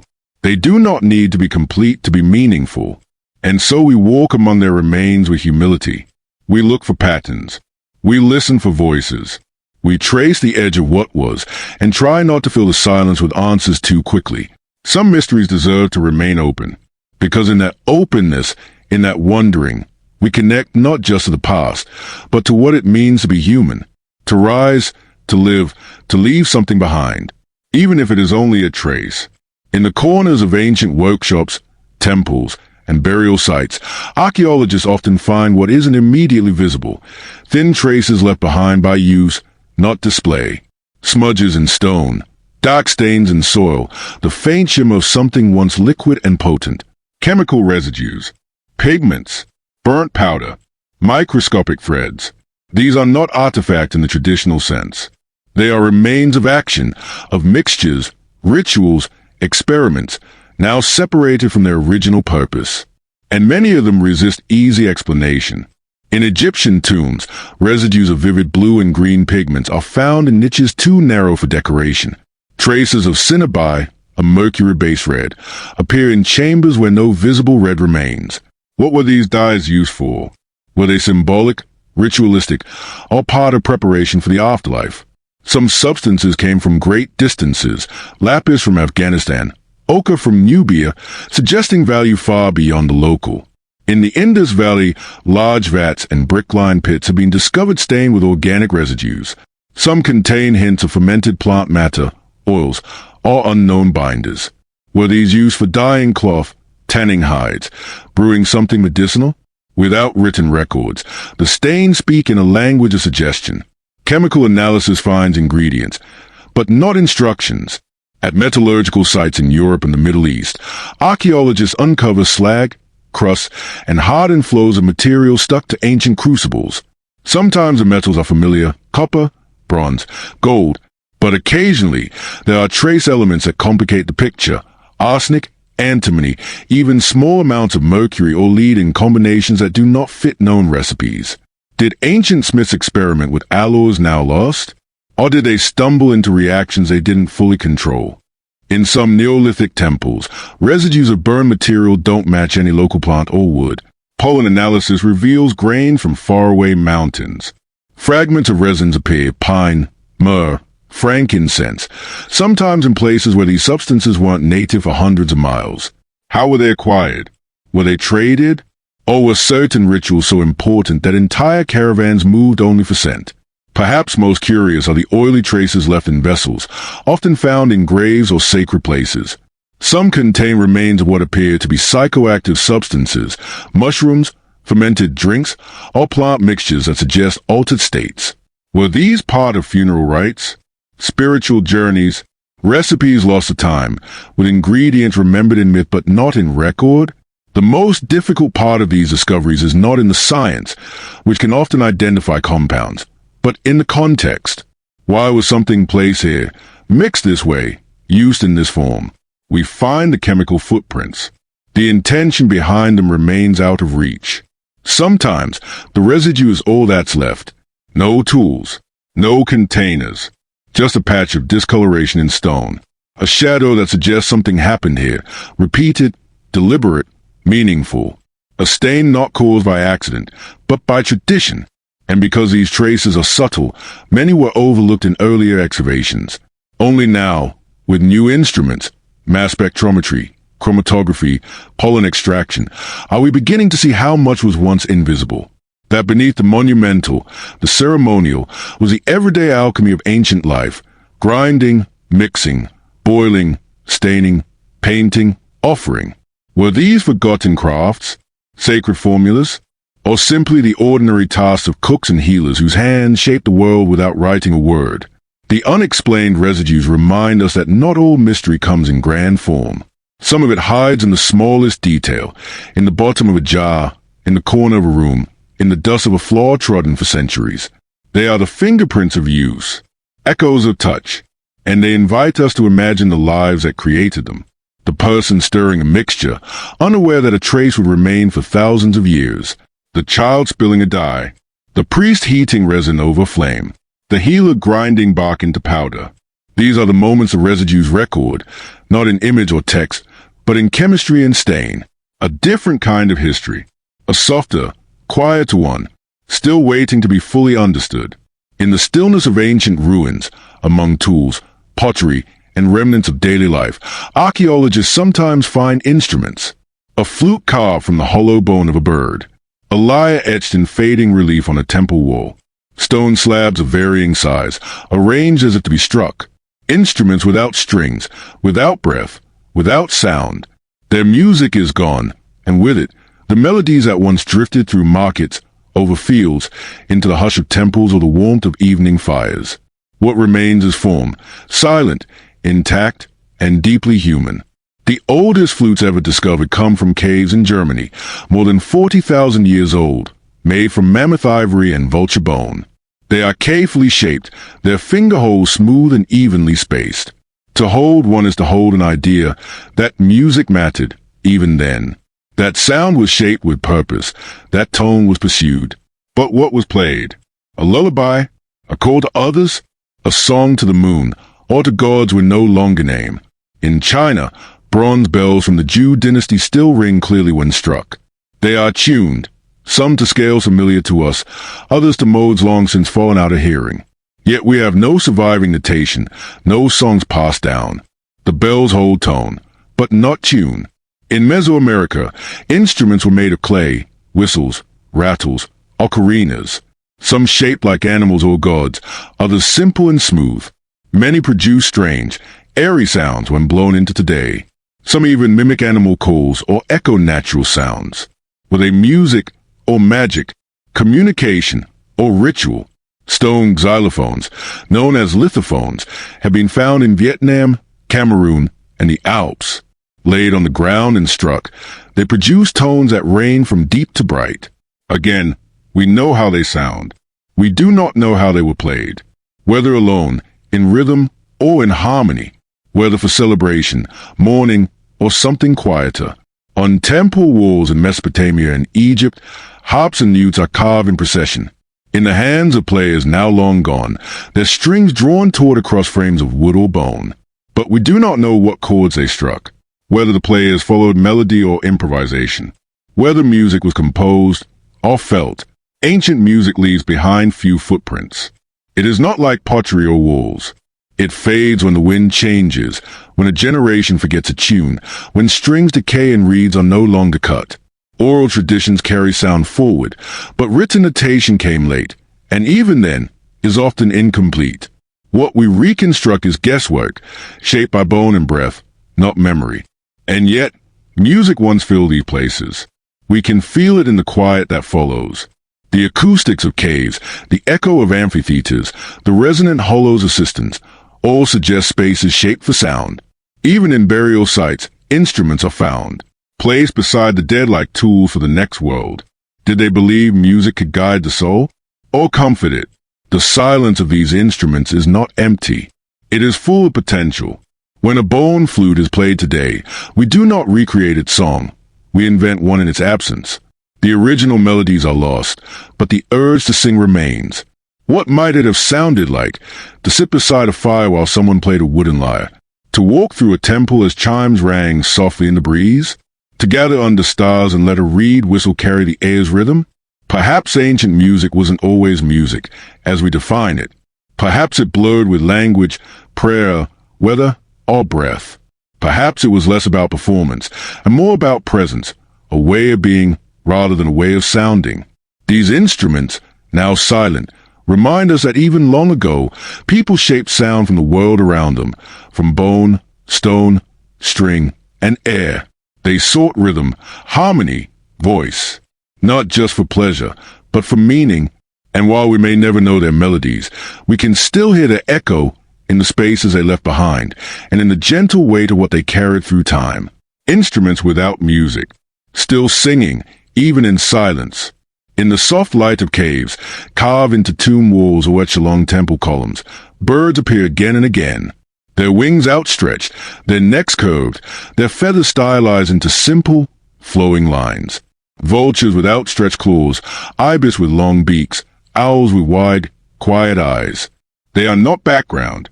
They are presence, rendered with care, often repeated, often placed at the edges, where the sky begins, where the soul departs, where the known gives way to the unseen. In ancient Egypt, the ibis was sacred to Thoth, god of wisdom and writing. Its curved beak, dipping into marshes, mirrored the curve of the moon. The vulture, a silent watcher of death and decay, was associated with protection and rebirth. It hovered above queens and gods in stone reliefs, wings spread not in menace but in shelter. To the Egyptians, birds were not just animals. They were symbols of transformation, of passage, of flight between realms. In the Lascaux caves of France, amid running animals and handprints, a bird appears beside a man, one of the only human figures in the entire complex. The bird is perched, upright, simple. Its meaning is unknown. Is it a companion? A spirit? A warning?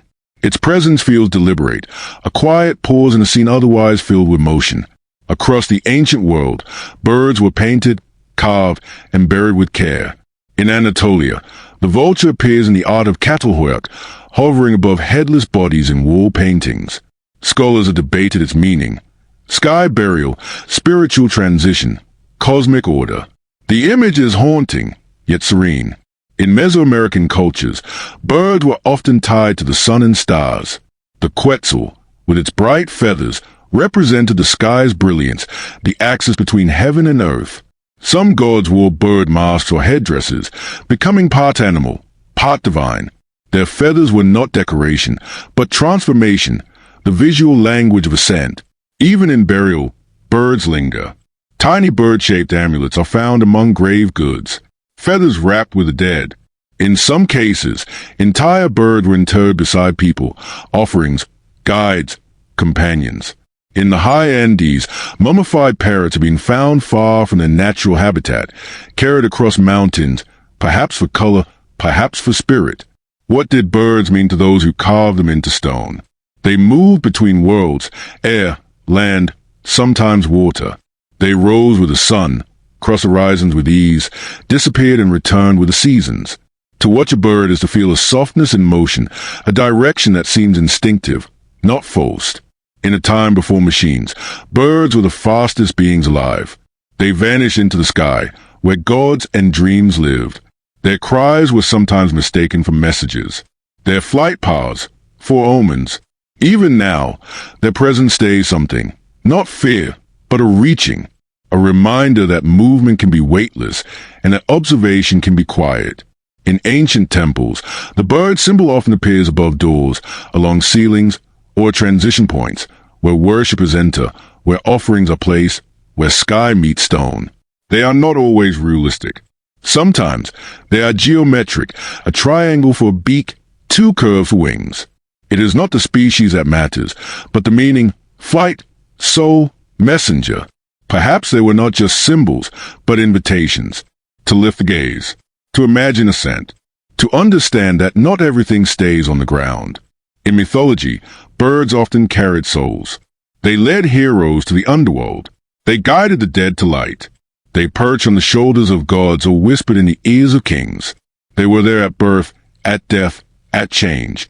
But the carvings leave no explanation, only posture, only repetition. And so, we wonder, did these birds represent gods or dreams? Did they mark directions? Did they bless the air or guard the spirit? Their wings are frozen in stone, but they still seem to move, not in flight, but in memory. To walk through these sites is to feel their gaze, not watching, but waiting, not threatening, but patient. They are not only reminders of ancient belief, they are reminders of silence, of grace, of that which hovers just above understanding. In the end, bird symbols in stone do not explain themselves. They invite reflection. They offer shape, not story. A curve, a beak, a wing, and the rest is yours to imagine. Across landscapes shaped by centuries, stone roads stretch forward, smooth and measured, carefully laid, unwavering in their direction. Some climb steep mountainsides. Others cut across dry plains or disappear into dense forest. Built with remarkable skill and enduring purpose, these ancient paths once carried footsteps, carts, offerings, and intentions, and yet many of them now lead to emptiness. Their destinations, if they ever truly had one, are gone. The Roman Empire was famous for its roads, straight, efficient, built to last. Some still form the basis of modern routes. But there are segments that wander beyond ruins, continuing past settlements long vanished. A stretch of worn stone weaving through farmland, climbing a ridge, and then stopping, not with an end, but with absence. No fort, no outpost, no town, just space. In the Andes, the Capac-Nan, the Inca road system, connected cities, shrines, and trade hubs across thousands of miles. Along it, staircases carved into stone remain, etched with precision into cliffs. Rope bridges once spanned canyons. Many trails lead to places of ceremony high in the mountains. Sacred spots now bear but once vital to a cosmology rooted in land, sky, and lineage. Some of these paths end at plateaus with no sign of structure. A viewpoint, perhaps. A destination only understood in spirit. In parts of Africa, ancient causeways rise from the ground. Stone roads slightly elevated, often aligned toward the horizon.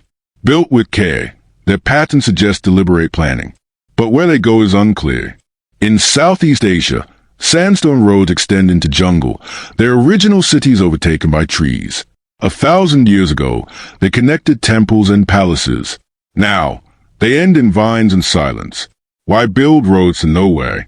One answer is erosion, not of stone, but of purpose. Settlements may have moved, been destroyed, or gradually disappeared. A trade route might have lost importance. A sacred site may have become forgotten, buried, or consumed by other belief systems.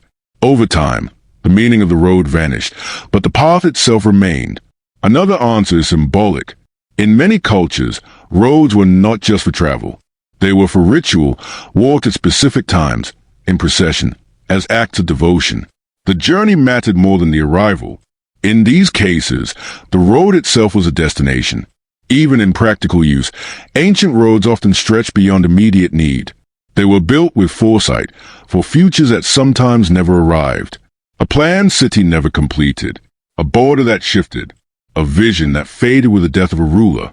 Yet these roads endure. Stones pressed into earth. Surfaces polished by centuries of use. They still carry the memory of movement, even if we no longer know what moved along them. To walk these roads today is to feel pulled forward, not by destination, but by design. The path is there, clear and confident, inviting motion. It's a sensation familiar to all travelers, the desire to follow, to see what lies just beyond the bend. Even when nothing is promised, even when nothing remains, there's a quiet metaphor in these roads, that not all paths need an end, that a journey can hold meaning even if its purpose is forgotten, that the act of building, of walking, of setting direction, can outlive the reason it began. Perhaps that's why these ancient roads still draw us, not as shortcuts, but as reminders of movement, of connection, of intention, and of how those things endure even when names fade and destinations crumble. A road with no destination is not a failure. It is a question, one that continues, stone by stone, into the horizon, still waiting to be walked. Scattered beneath fields and pyramids, resting in stone-lined pits or beneath burial mounds, ancient boats lie silent, not sunken in water, but buried in dry earth. Their hulls are intact, their timbers arranged with care, their sails often long decayed. Some hold bodies, others are empty. Always, they are positioned deliberately, as if ready for a journey not across seas, but into something deeper, something unseen. In the grassy plains of Scandinavia, Viking ship burials speak of reverence and passage. Long ships were dragged onto land, sometimes set into stone enclosures shaped like their hulls. Chieftains and warriors were placed within, surrounded by weapons, tools, animals, and offerings. The ship was both coffin and vehicle, carrying the dead not just to rest, but toward the afterlife. Fire was often involved. Some ships were set alight, consumed by flame before burial. Others were covered in earth, sealed from the sky. In Egypt, near the Great Pyramid of Giza, massive pits were found beside the pharaoh's tomb, and inside them, disassembled boats laid out like enormous puzzles. One such vessel, known as a Khufu ship, was painstakingly reconstructed and found to be seaworthy, built with astonishing craftsmanship. But it was never meant to sail the Nile. It was meant to carry the pharaoh through the heavens, a solar bark to join the sun god Ra on his eternal voyage. The boat was buried, not launched. Similar practices appear across the world. In Southeast Asia, small boat-shaped coffins carved from what are found in hill graves. In parts of South America, coastal cultures buried symbolic canoes with their dead. In Micronesia and Polynesia, chants and stories speak of canoes that travel between worlds, across ocean and into spirit. Why bury boats where there is no water? Because boats are more than transport. They are vessels of transition. They leave shore and disappear. They carry people to other lands, unseen but believed in. The boat is a symbol of passage, from life to death, from earth to sky, from known to unknown. And to bury a boat is to prepare for that crossing. Sometimes, the boats are real. They would still bearing tool marks, their ribs still curved by ancient hands. Other times, They are symbolic, carved in miniature, represented in stone or painting, or suggested by the shape of a grave itself. The symbolism remained consistent. The dead do not simply rest. They travel, and the boat is their means. Some boats held not people, but gods. In Mesopotamian temples, processional boats were built to carry statues of deities during rituals. These were often richly decorated, never meant for water, but for movement, through the streets, through the seasons, through myth. Archaeologists often find these buried boats with few written explanations. No inscriptions clarify the intent, but their careful construction, their placement beside tombs or within sacred landscapes, speaks of belief deeper than record, a knowledge passed not in text, but in tradition. Even the materials tell stories. Some boats were built from imported woods, cedar from distant mountains, planks carried across deserts to rest beside a tomb. This was not convenience. It was meaning. A belief that what was sacred deserved more than function. It deserved the journey itself. Today, these boats rest where the living placed them, deep in earth, surrounded by silence. Their waters are not rivers or seas, but time. And yet, they remain vessels. When we uncover them, we feel the movement they once symbolized. We imagine the journey they were built to take. Not forward across oceans, but inward, into belief, into memory, into mystery.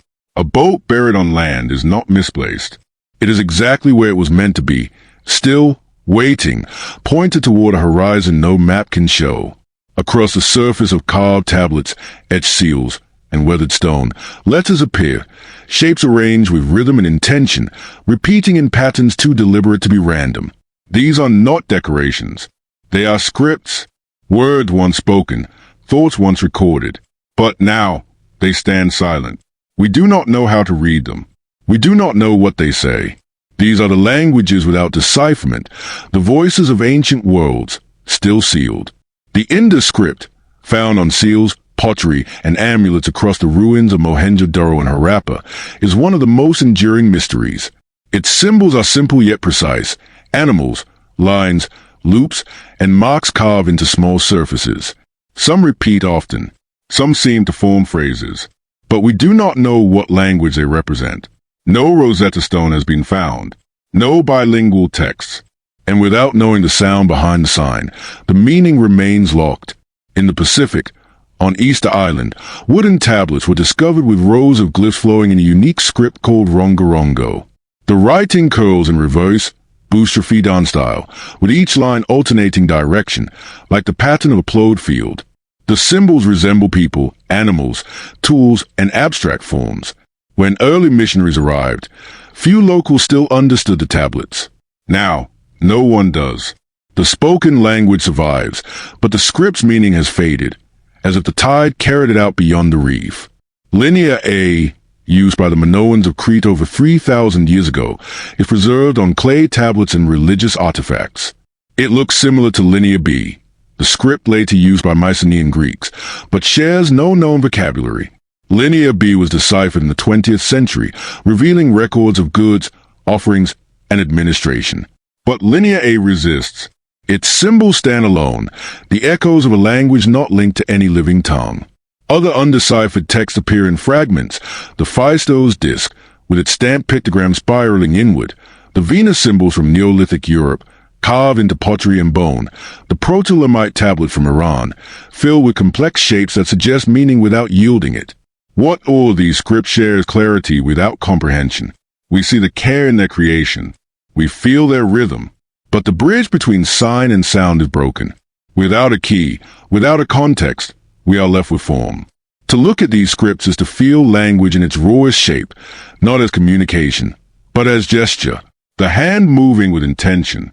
The mind reaching outward. The marks are beautiful in their precision, but beauty is not meaning. And so we wait. Why were these languages lost?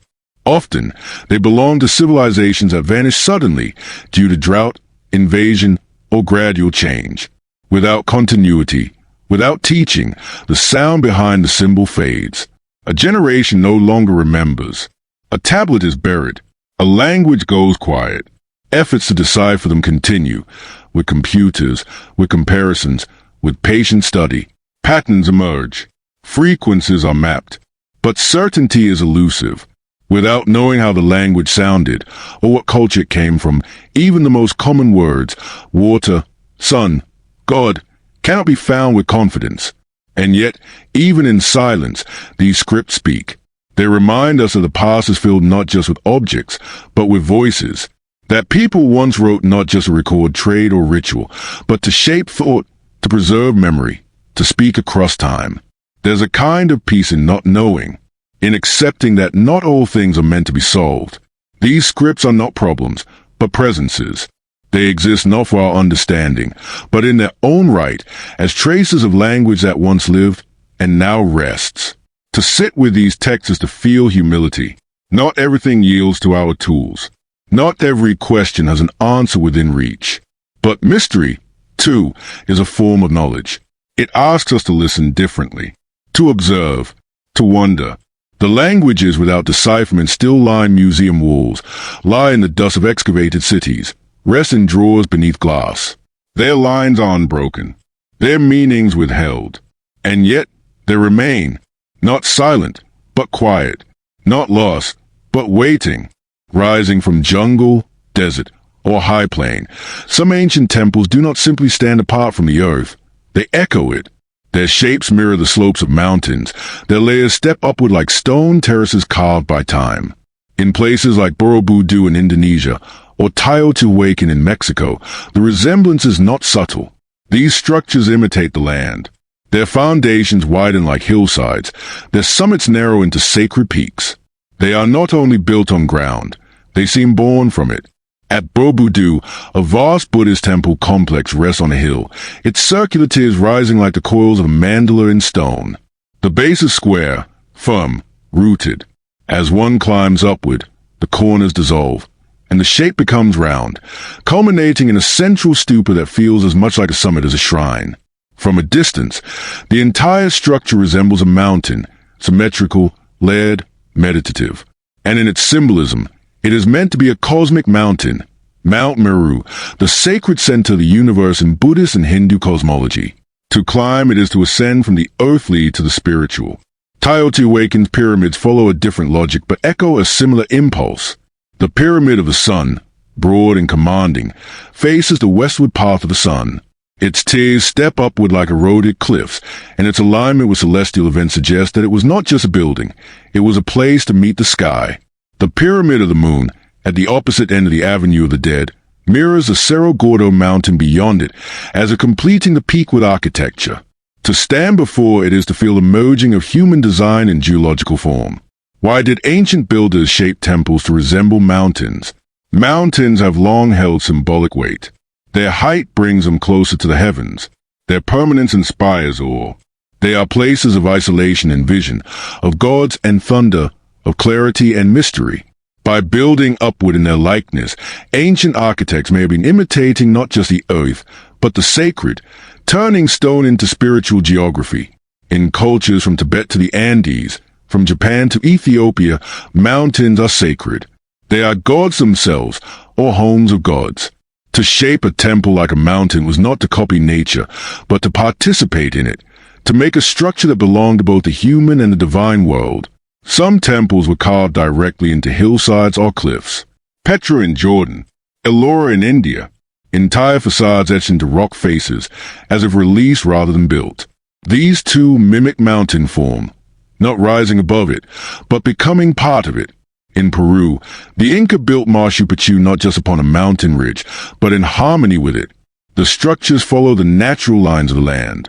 Peaks rise behind temples like sentinels. The site feels less like a city imposed on a mountain, and more like one revealed by it. This architectural mirroring reflects a worldview in which humans were not separate from nature, but within it. Sacred places did not need to dominate the land. They needed to resonate with it. To climb such a temple was not just to approach the divine. It was to move through layers of meaning, physical, symbolic, spiritual. The act of building upward also reflects aspiration, the desire to reach, to rise, to step beyond the everyday. Each tier, each stair, each level carved from stone was a gesture, not of power, but of passage. And in their silence today, these temples still feel like mountains. Their weight is steady, Their outlines seem inevitable. They gather weather, shadow, and light as the hills around them do. Time wears them slowly, respectfully. To visit such a place is to walk both within architecture and within landscape. To see stone echo stone. To feel that the boundary between what was built and what was always there has been blurred. Temples that mimic mountains remind us that the earth has always been a model for the sacred. That to build something meaningful, ancient people did not need to look beyond the land, only deeper into it. And in that quiet mimicry, they created spaces where sky and soil meet, where the climb becomes a kind of prayer. In the dim light of burial chambers, amid more familiar offerings like pottery, beads, or weapons, archaeologists sometimes uncover objects that defy explanation. Small figurines with no obvious identity, discs with no apparent function, carved rods with no clear purpose. They lie beside the dead, not haphazardly, but placed with intention. And yet, their meaning remains unspoken. Across the ancient world, from the tombs of Egypt to the kurgans of Central Asia, from Bronze Age graves in Europe to burial mounds in Japan, these objects appear again and again, silent, unresolved. They are not easily classified as tools, ornaments, or sacred icons. Some are shaped like animals, but not any real species. Others resemble keys, though no locks exist for them. Some are smooth as if meant to be held. Others are etched with patterns, too worn or too abstract to read. A carved disc might have once spun like a toy, or turned in ritual. A hollow tube may have held incense, or breath. A figurine with oversized eyes could be a goddess, or a child's companion. A stone sphere buried with a warrior may have been a game piece, or a star in miniature. What binds them all is this: they were left with the dead, and therefore mattered. Someone, at some point, believed these objects had meaning in death, as memory, protection, offering, or passage. In the grave of a young woman in Cyprus, archaeologists found a clay box, sealed with no lid, containing 2 tiny ceramic birds. Were they symbols of her soul, or toys from her childhood? In a burial in the Andes, strange gold rods lay across the chest of the deceased, too thin to be weapons, too shaped to be random. In Mesopotamia, tiny carved figures were arranged in a ring around the skeleton, facing inward, like silent attendants. Some objects may have held meanings that were never meant to be written. Private rituals, family beliefs, personal tokens. Others may reflect entire cosmologies now lost, languages never deciphered, mythologies absorbed into dust. Their ambiguity makes them powerful. They are not reduced to utility. They remain open, like fragments of poems without translation. Even in the most carefully recorded burial contexts, the presence of such unknown objects invites quiet wonder. We can carbon date them. We can analyze their material. But we cannot know how they were held, or how they were seen, or what emotions they carried when placed beside someone's final breath. Perhaps that is their purpose now, not to explain, but to evoke. They invite us to sit with uncertainty, to imagine without solving, to feel the shape of someone else's belief without requiring it to match our own. These artifacts blur the line between the functional and the spiritual, between what we call sacred and what may have simply been loved. To hold one, in a museum, behind glass, or in the careful hands of an excavator, is to feel a kind of echo, not of words, but of gesture. Someone once placed this object beside someone they buried, not because it was beautiful, or useful, or rare, but because it meant something. And now, that meaning floats, unattached, like smoke after a candle is blown out. In a way, these burial objects are more alive than their surroundings. They resist closure. They remain questions. And in that quiet resistance, they remind us that mystery is not an absence of knowledge, but the presence of something larger than understanding. They are the punctuation marks of ancient lives, commas that pause us, ellipses that trail off, dashes between presence and absence.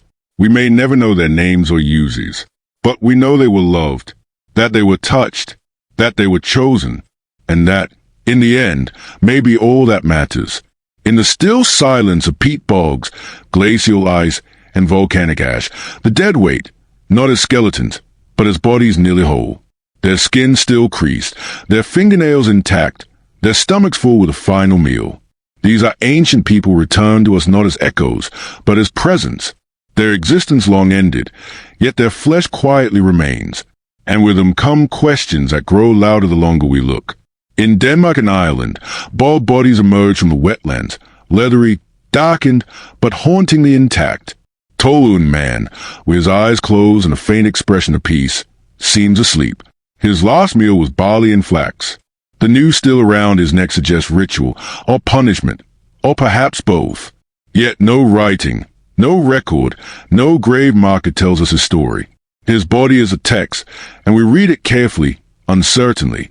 In the Italian Alps, Otzi the Iceman was found frozen in a glacier more than 5,000 years old. His hands bare cuts, his shoulder an arrowhead, his stomach a mix of meat and grains. Tattoos mark his joints, medicinal, symbolic, or both. With him were tools, a copper axe, and dried mushrooms. The story etched into his body suggests a sudden end, but leaves a deeper meaning untouched. Pompeii gives us another kind of preservation. Bodies turned to ash, outline preserved in stone. We do not see skin, but we see shape. People caught in gestures, reaching, sheltering, pausing. Everyday life stopped mid-motion, now eternal. These bodies, whether whole or partial, raise quiet questions. What did these people fear? What did they believe? What pain did they carry in their joints, their teeth, their backs? What joys left traces in their bones? And what might they have known about healing, about living, about dying, that we no longer remember? Preserved stomachs reveal diets once thought impossible. Worn knees tell us of long journeys or labor. Hidden injuries suggest violence, or accident, or endurance. Bodies buried with care show tenderness that crosses millennia. And yet, so much remains unsaid.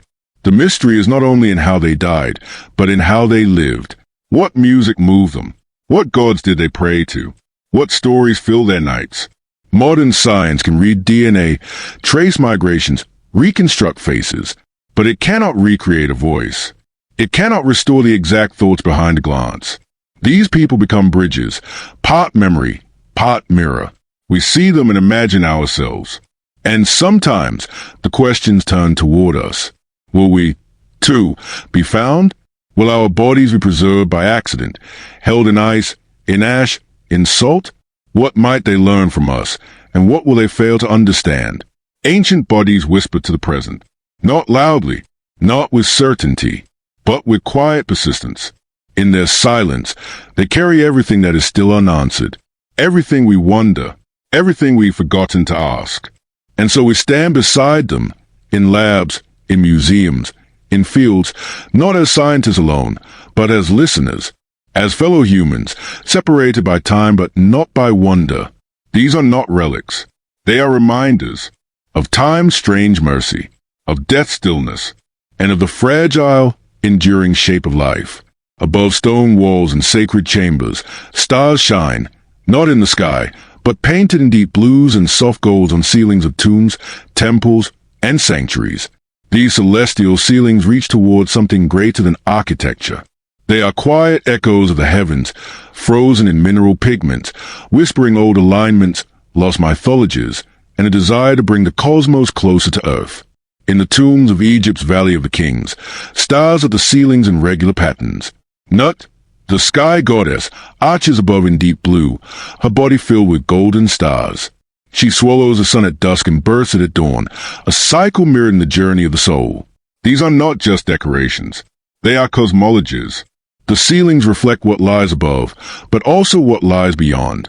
The Dendera zodiac, carved in a temple ceiling, contains a map of the stars unlike anything else in Egyptian art.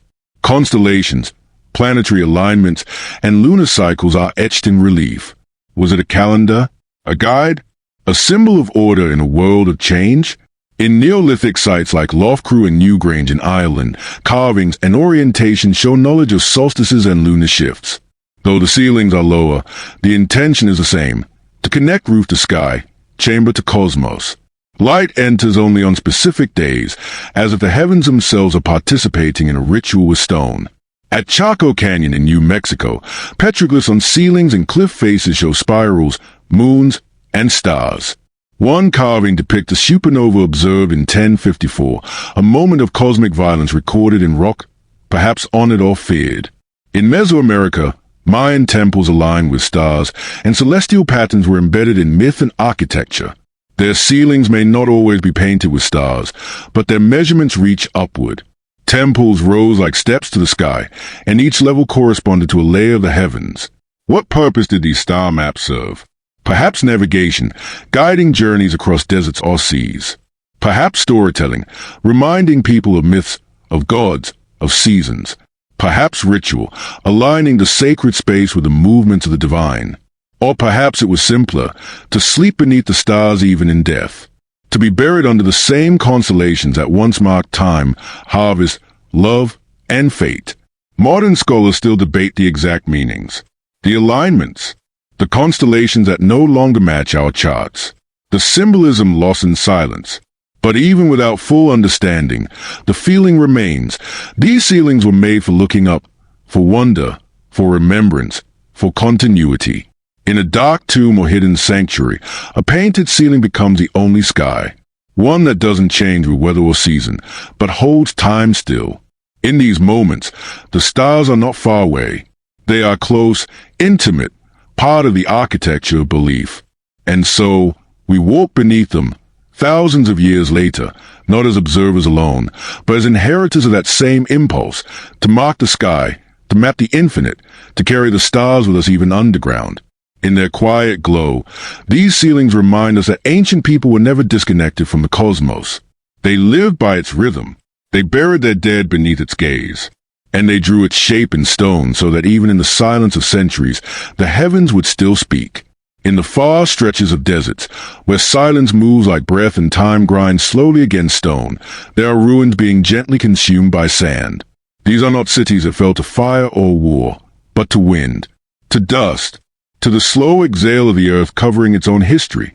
Petra, Karakoto, Uba, ghostly names, half-buried places, their outlines softened by centuries of erosion and grain. In Jordan, Petra's majestic facades still rise from the cliffs, temples and tombs carved into rose-colored rock. Yet even here, in one of the most iconic archaeological sites, the sand never stops moving. Arches collapse.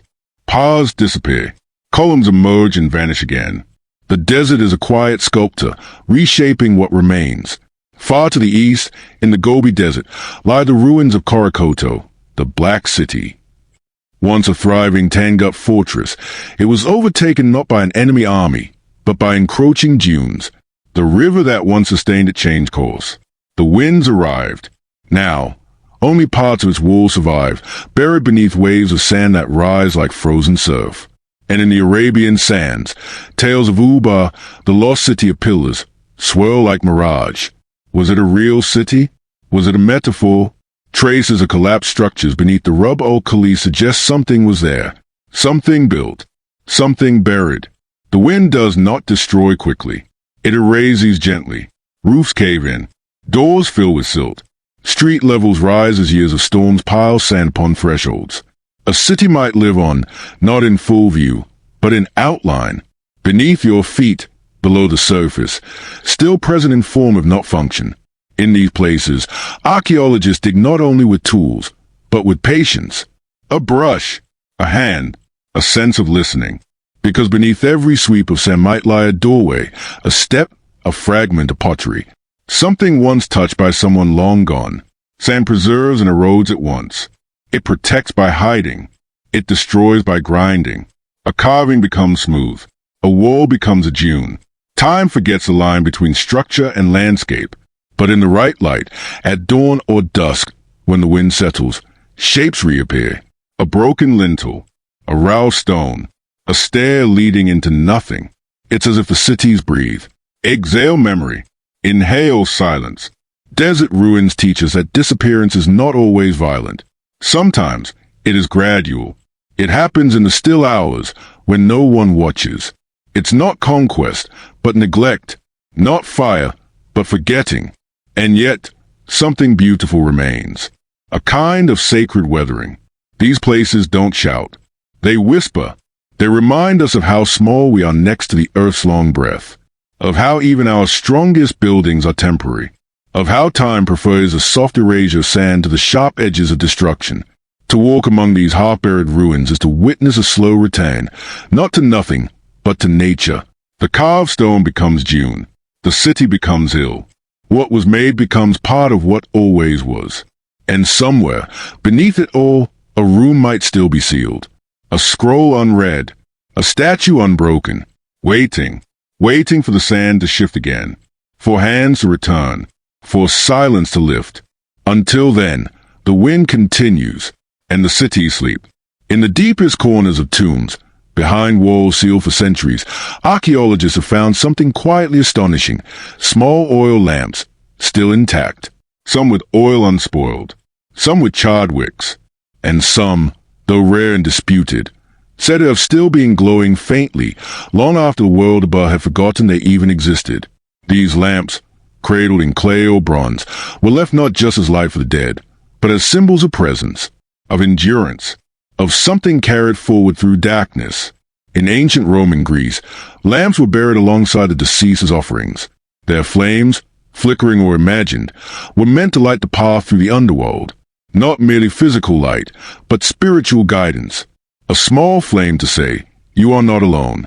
In Egyptian tombs, some chambers contained recessed niches with oil lamps, many of which were sealed in such airtight conditions that their contents were preserved for thousands of years. Some still held traces of scented oils, blends of myrrh, linseed, or castor, used both to burn and to anoint. The idea of flame was deeply bound to rebirth, transformation, and continuity. It was the soul's gentle companion. In India, the diya has long symbolized the triumph of light over darkness. In temples and rituals, it remains a living tradition. But in older ruins, some of these small vessels were found buried with care, reminders that even in the afterlife, one might need a guide. And then there are the legends. Stories of eternal lamps discovered still burning in sealed catacombs, often dismissed by science but never fully erased from folklore. The tale of a lamp found in a hidden Roman tomb, still glowing faintly until exposed to air and extinguished. Or of a subterranean temple in Syria where priests were said to maintain a flame that had not died in generations. Whether these accounts are literal or symbolic hardly matters. What matters is the idea that light, fragile, flickering, human-made, can endure in the most forgotten corners of the world. Light, in these contexts, is not merely functional. It is emotional, philosophical. It speaks to the human desire to resist darkness, to believe that even in the sealed silence of death, something can glow, something can persist. And there is something else, the craftsmanship of the lamps themselves. Some are shaped like animals, others like faces. Some simple and round, others complex with multiple nozzles. Each was made by hand, each filled with intention. To find such a lamp, unbroken after millennia, is to hold something personal, a gesture left behind, a preparation made long ago. You can imagine the last person who touched it, filling it carefully, placing it in a tomb, trusting it to last. In archaeology, these small objects often feel more intimate than gold or weapons. They are not trophies. They are comforts, soft artifacts of love, of ritual, of the quiet hope that darkness is never truly final. And in this way, the lamps still burn, if not in fire, then in meaning. Their light may be extinguished, but their purpose glows on. They remind us that history is not always loud. Sometimes it is as soft as a wick in oil, as enduring as clay in shadow, as eternal as a hope that someone, someday, will see your light. And remember, beneath the canopy of deep forests, where light filters through leaves and silence hangs in pockets of moss and mist, traces of ancient camps still linger. They are not the grand ruins of cities or temples, but something quieter, fleeting, forgotten. Small clearings, fire circles, shallow post holes, places where people paused, gathered, sang, prayed, worked, or waited, and then moved on. These were not permanent settlements, but temporary sanctuaries, seasonal homes, ritual sites, or waypoints along longer journeys. In northern Europe, post holes found beneath forest floors hint at wooden structures that never fossilized in stone. In North America, earthen mounds nestled in wooded regions speak of gatherings, perhaps sacred, perhaps social, that left little behind but shaped entire generations. In Japan, Jamin period hunter-gatherers left behind rings of stone and pottery deep in forested valleys. The land has since swallowed most of it, but what remains suggests ceremony, rhythm, return. A cyclical life tied to the woods. Sometimes all that's left is charcoal, a stain in the soil, a layer of burnt pine that signals a hearth once tended, stories once told. These are the softest echoes of the past, not architecture, but memory held in dirt and root. The beauty of these camps is in their humility. They remind us that not all history is built to last forever. Some was meant to pass. Some was meant only for a season. For a single generation. For a single gathering beneath the stars. Forests reclaim quickly. Vines weave through beams. Ferns blur the edges of stone. Insects carry away fragments of food and cloth. Within a decade, a camp can vanish. Within a century, it becomes dreamlike. Within a millennium, it might never have existed at all, except for the careful eyes of archaeologists who know where to look. And yet, these places mattered. A child was born here. A song was sung. A meal was shared. A prayer was whispered into the trees. For a short time, this was home. And that, too, deserved to be remembered. Some of these forest camps were sacred. Pilgrimage stops, spaces of offering. In the Amazon, satellite imagery has revealed geometric patterns beneath the jungle canopy, faint outlines of gatherings long forgotten.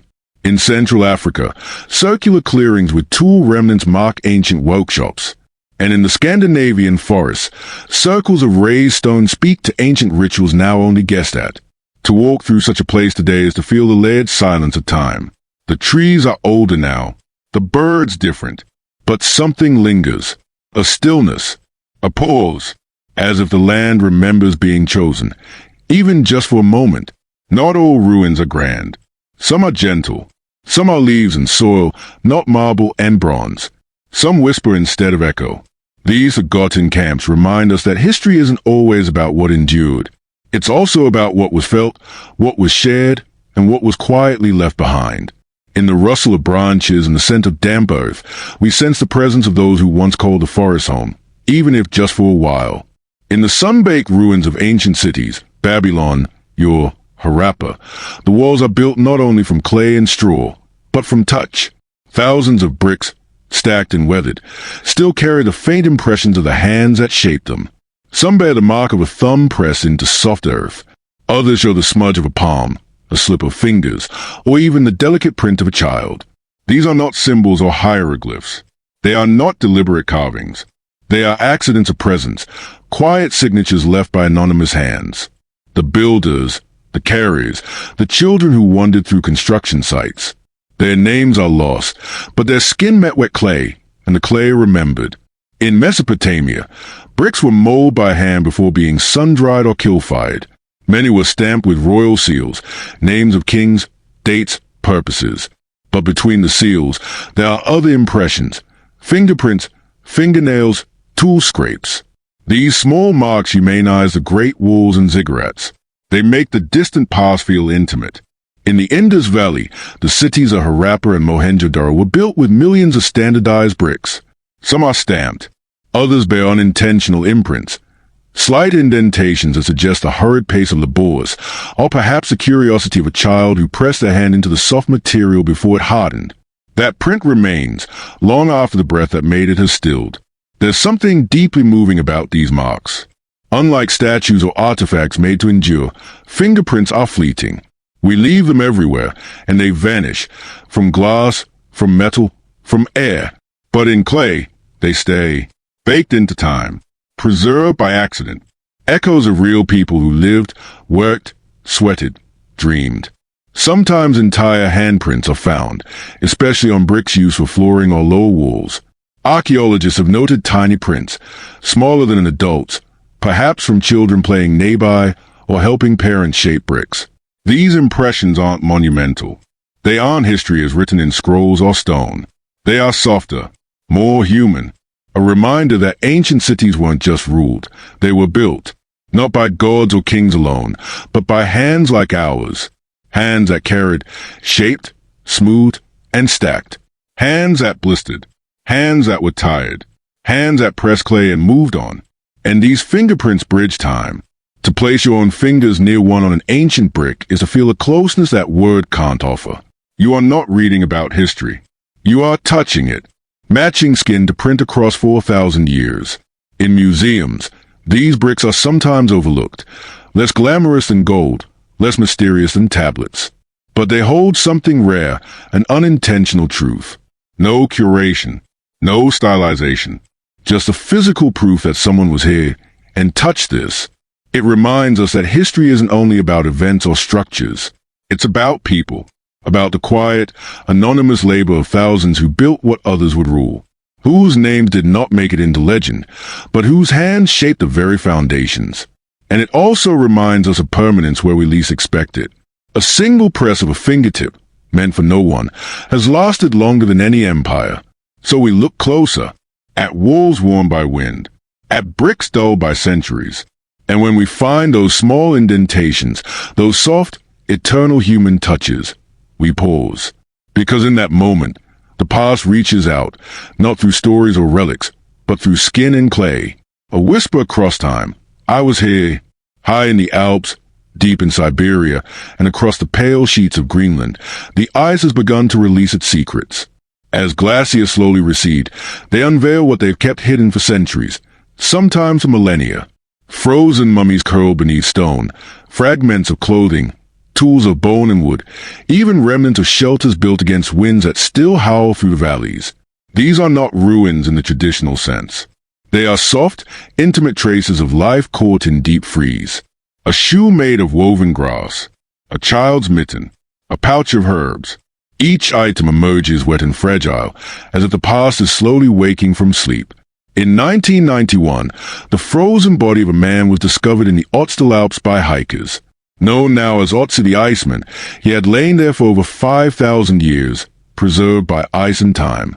His skin, his tools, even the contents of his stomach, all preserved. Through him, we glimpse a forgotten world of copper blades, herbal medicine, and silent passage through mountain passes. In Siberia, permafrost graves have yielded Scythian warriors wrapped in fur, their tattoos still visible. Horses buried beside them, saddled and ready. In Greenland, ancient settlements are appearing. Turf walls, tools, bones of domesticated animals, emerging as the ice thaws for the first time in centuries. But these finds are delicate. Once exposed to warmth and air, they begin to fade. Leather cracks, wood softens, DNA degrades. The very moment they re-enter our world, they begin to disappear.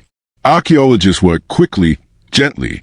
Every item must be documented, dried, stored, its story pieced together before it vanishes again. These frozen sites are not only time capsules. They are warnings. Climate shift bring revelations, but also loss. The ice, one protector, now retreats. And with it, much will melt beyond recovery. Some of these discoveries raise questions. A man found with clothing not native to his region. A woman buried with pigments from a distant land. How did they travel so far, so long ago? What paths did they take across ice and tundra? Others are quieter. Small campsites with fish bones and hearthstones. Sleeping areas lined with moss. Silent signs of lives lived close to the edge of survival and endurance. These icy worlds are stripped of noise. No traffic. No cities. Just wind, snow, and slow time. And in that silence, these discoveries feel sacred. A blade still sharp. A thread still strong. A tooth worn down from years of chewing root and meat. They remind us that life has always found a way, even in the coldest places. People walked across frozen landscapes with knowledge we barely understand. They built, hunted, healed, and dreamed beneath skies that we would find unforgiving. And now, as the ice recedes, we meet them, not through legend or text, but through touch. Through the soft leather of a glove, the curve of a bow, the imprint of a body curled for warmth. These are not monuments, but moments. Moments sealed in frost. And as the ice give them back, they arrive like whispers, cold, fragile, ancient. They will not last long.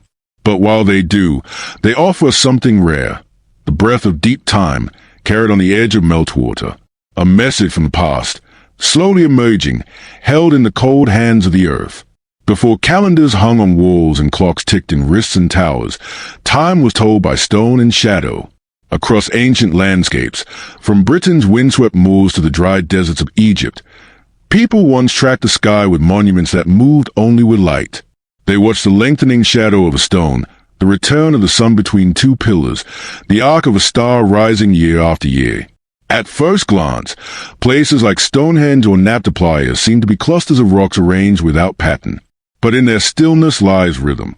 These structures align with solstices and equinoxes, with the rising or setting of celestial bodies, not just to mark seasons, but perhaps to feel time as something living, turning, recurring. In ancient Egypt, shadow clocks and obelisks served as early timekeepers. A tall, slender monument placed in the sand would cast a shadow whose length and angle changed with the sun. Divided into segments, it allowed the movement of the day to be followed with a kind of precision we wouldn't expect from base stone. In the Andes, the Intihuatana stones, often referred to as hitching posts of the sun, rise from Inca ceremonial sites. Their exact angles seem to interact with the sun's path across the sky, especially around solstices. These stones may not have told time as we know it, but they tethered ritual, agriculture, and ceremony to the sky's turning. In China, early water clocks quietly counted the passage of hours through dripping rhythm. In Mesoamerica, the Maya tracked time with astonishing accuracy through cycles that sulk in and have calendars interlocking like cosmic gears, measuring not only years, but epochs. Even older are rings of stone and were found in forests and moors, now weathered in half-lust. Some align with a midsummer sunrise, others with a full moon's rise after 19 years. The knowledge behind them is often gone, but their intentions remain etched in alignment. Time, for these cultures, was not a linear march but a cycle of light and dark, planting and harvest, life and return. These early clocks were not instruments of control, but of harmony. They did not separate people from nature, they connected them. What drove ancient people to build these time markers? Was it agriculture, knowing when to sow and reap? Or was it more spiritual, sensing the sacredness of recurring light, of celestial return? Perhaps both. Perhaps neither. The answers are quiet now. Some devices, like the Antikythera mechanism, suggest a leap beyond simple observation into mechanism. Tiny gears, hidden inside corrosion, once turned to show eclipses, moon phases, planetary positions. It's a machine that whispers of forgotten science. But most early clocks didn't tick. They glowed. They aligned. They waited for the sun or star to touch the right point again. They were monuments of patience, of watching the heavens, and listening. Today, we tell time by machines, by pixels, by notification. But long ago, time was a shadow, a sunrise, a returning constellation, a quiet rhythm between sky and stone. And so we visit these sites not just as tourists, but as listeners, standing where someone once stood, watching the same sunrise in the same place, casting its light through the same carved opening. The same moment across thousands of years. In that moment, time does not feel measured. It feels shared, a kind of timelessness wrapped in ancient method. A circle, not a line. These clocks, older than time as we know it, remind us that even without numbers, we have always longed to understand the sky's turning. And that understanding, once carved in stone, still waits for the sun to return. Scattered beneath layers of time, archaeologists often find weapons, spears buried in quiet fields, daggers sealed in clay jars, shields resting gently beside the dead. But here's the mystery. Many of these places show no sign of war. No burned walls. No shattered gates. No skeletons in haste or conflict. Just stillness. Quiet towns. Homes abandoned softly, not violently. In Anatolia, bronze blades were unearthed beside granaries and shrines, carefully stored, not used. In Europe, stone axe heads lie buried in ceremonial pits, arranged with care and intention. In the highlands of Peru, armor-like garments woven with metal rings have been recovered from peaceful burial sites. Why arm the dead in times of peace? Why bury blades where no blood was shed? Some scholars suggest these were offerings, weapons turned sacred, returned to the earth not for use, but for meaning. Others see them as symbols of readiness, or warnings never acted upon. A knife on a doorway threshold. A spear buried upright in the soil. Not to threaten, but to speak. In some graves, weapons rest beside the young, children too small to wield them. Were they tokens of status? Gifts for the afterlife? Or perhaps they carried stories of ancestors, roles passed down, echoes of duty that transcended age. And then there are the weapons that seem not made for battle at all. Daggers too ornate to pierce, spearheads too delicate to throw. Their decoration outweighs their edge. These may have been ritual tools, instruments and ceremonies now lost to time. One particularly enigmatic find comes from the British Isles, a cache of bronze swords, all carefully bent before burial. Each blade, one straight and sharp, deliberately rendered useless. This was no accident. It was performance, an act with meaning, perhaps to retire the weapon's spirit, to honor its journey, or to prevent its misuse.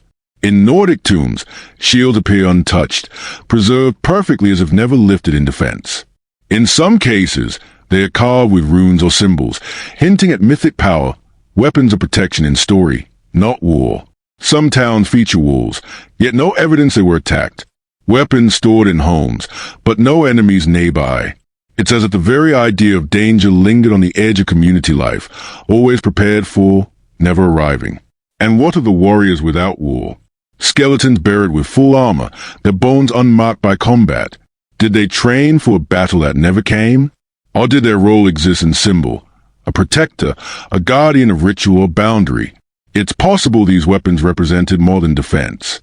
They might have been keys to stories, roles, or cosmologies we no longer understand. A blade might symbolize power, but also transition. A spear could guide a soul. A dagger could represent a deity's will. In modern museums, these artifacts rest behind glass, silent and sharp, yet forever still. But once, they were handled, sharpened, polished, and perhaps never used. There is something poignant in a weapon without war. It speaks of preparedness without violence, of symbolism without action, of a society that built defenses, not for battle, but for belief. They remind us that not all sharp things must cut. Some may only point towards stories, values, and fears now buried. And in that stillness, the weapons ask nothing of us except to wonder why they were ever made. Were they warnings to the unseen, comfort to the grieving, or silent prayers cast in bronze and buried in trust? We may never know, but in these untouched blades, there's a strange peace. A peace made not from absence, but from choice. To carry, but not to strike. To craft, but not to conquer. To bury, and to remember. In the quiet soil beneath ancient cities, it is not always gold or statues that greet the archaeologist's hand, but tools. Simple, worn, and often overlooked. A hammerstone, smooth by years of grip. A bone needle, curved like a question. A pot, stained with the last traces of red ochre or black pigment. These are the echoes of hands at work, the quiet builders of empires, temples, and tales. Unlike monumental ruins or dramatic artifacts, tools rarely announce themselves. They do not sparkle. They do not tell stories outright. But they carry weight, not in gold, but in memory. These were the companions of daily life, touched more than any crown or ceremonial mask.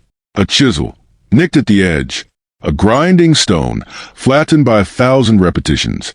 Each one a whisper of persistence. In workshops tucked behind palace walls, in the corners of homes and tombs, these tools were left behind, not because they were forgotten, but because they had served. In Egypt, the tools used to carve colossal statues still lie in pits beside the stone. In Mesopotamia, styluses for writing in clay remained beside tablets, mid-thought. In the caves of France, hollowed-out bones used for blowing pigment still sit near the stenciled outlines of hands. These are not relics of war or ritual. They are relics of rhythm, the rhythm of wake, of making, of repetition. A potter's wheel turned slowly in the sun. A painter ground ochre with steady hands. A thatcher tied reeds with careful knots. Civilization was built not in leaps, but in these moments. There is humility in these artifacts. No inscriptions. No grandeur. Just function. But function that fed, clothed, sheltered, and decorated. Function that allowed myth to take shape in carved stone or woven cloth. That let language live on tablets and temples. Some tools are personalized, handles shaped by one hand's grip, decorated not for beauty, but for memory. A carver's chisel with a notch near its base. A spindle whorl marked with a single dot. These objects are not anonymous. They are familiar. Even the smallest tools speak of larger systems, the loom of a weaver tied to the fabric worn by a king, the needle of a child's tunic, the blade that smoothed a wooden idol. The world of the ancient was not only shaped by thinkers and rulers, but by makers, and the makers left their tools. Some tools seem unfinished, mid-use, mid-stroke, as if the workers simply set it down one evening and never returned. Others are worn beyond use, then carefully buried, a form of retirement, an offering, perhaps, to the act of making itself. We may never know the name of the person who used them, but their presence remains. In every nicked surface, every faded smear of pigment, there is continuity, the need to create, to shape, to hold. These objects are reminders that the past was not always epic. It was often ordinary, and in that ordinariness lies its grace. The grace of labor, the grace of tools passed from one hand to the next. And when we look at them now, behind museum glass or in the shade of a dig site, we are not just seeing tools. We are seeing time, patiently etched into matter. We are seeing effort, long cooled. We are seeing the foundation of everything else. The tools left behind are quiet, but they are everywhere. They are in the brick of a wall, the curve of a bowl, the alignment of a stone. Their work continues long after their makers are gone. And in their silence, they still offer something, not to conquer, not to dazzle, but to remember, to feel the pulse of daily life that shaped the extraordinary. One mark, one stitch, one strike at a time. Beneath layers of time and soil, rarely but remarkably, the past offers up its most fragile gifts: cloth, threads that once touched skin, caught wind, or wrapped the dead. In peat bogs, tombs, and desert graves, ancient fabrics survive, not by design, but by luck, a perfect dryness, a lack of light, a pocket of air sealed tight for centuries, and within it, the whisper of a woven world. In Egypt, fine linen wraps the dead, its fibers still smooth after thousands of years. In China, silk embroidered with phoenixes rests in tombs of royalty. In the cold wetlands of Europe, woolen cloaks and simple tunics emerge from peat, stained dark, but still whole. These are not mere remnants. They are intimate, human, and alive with detail. Threads cross and twist, thousands upon thousands, each placed by hand or loom. The patterns are subtle, a repeating diamond, a braided edge, a border dyed in deeper red. Some were for the powerful, shimmering, elaborate, symbolic. Others were plain, utilitarian, a workman's wrap, a child's sleeve, but all speak of care. These textiles tell stories of trade. 2. Dyes that come from distant lands, indigo from India, murex purple from the Levant, cochineal red from across seas. The cloth itself may have traveled, folded in satchels, traded along roads and rivers, exchanged for spices, tools, or stories. Even their imperfections are beautiful, a skip weave, a stretched corner, a mend made by someone's mother long ago. These details are not flaws. They are fingerprints, traces of the hands that spun, wove, cut, and stitched. Some cloth is symbolic. Ritual shawls, burial garments, priestly robes. Their colors chosen with meaning. Their folds meant to guide the soul, honor the gods, or signal a life well lived. In Peru, burial dolls wear laid skirts. In Mesopotamia, tiny wool fragments are found near ceremonial figurines. In Japan, silk was folded with the dead in patterns meant to calm the spirit. The survival of cloth is rare, yet when it happens, it opens a door. It shows us not only how people dress, but how they thought, valued, and remembered. The choice of thread and color, the care in its making. The cloth becomes a message, soft, quiet, enduring. And still, much is lost. For every fragment found, millions have vanished, eaten by time, blown away. But even these absences leave shape, in the patterns left behind on the body, or in the impressions fossilized in surrounding earth. A ghost of a weave, a memory of fabric. Some textiles show signs of repair, others of ritual cutting. Some were never worn, perhaps woven as gifts, tributes, or dreams. In a tomb in Egypt, a bolt of untouched linen was buried beside its maker. In a Siberian grave, a child's jacket was stitched from many pieces, a patchwork of warmth and love. Modern scientists study these fibers under microscopes, count threads, test dyes, measure age. but their touch is gentle. They know the threads might crumble, that the past, in this form, is delicate, and yet the meaning is strong. In these threads we see not only fashion, but feeling, a desire to wrap the body, to present the self, to protect, adorn, and belong. Perhaps the most moving discovery comes from a desert burial site, a shawl wrapped twice around the chest, fastened with a bone pin. It held no jewels, no embroidery, just a weave and the gesture of final act of care. In every culture, cloth marked time, birth, marriage, mourning, ceremony, and in death, it remained, the last skin against skin, a final softness. These ancient textiles, though faded and frayed, are among archaeologists' most human finds. They do not shout. They whisper. They tell us someone was here. Someone wove. Someone wore. Someone wrapped the ones they loved and let them go. In the hush of a burial chamber, or the damp layers of a peat bog, that tenderness survives. And for a moment, cloth, the most fragile thing, becomes the strongest bridge across time.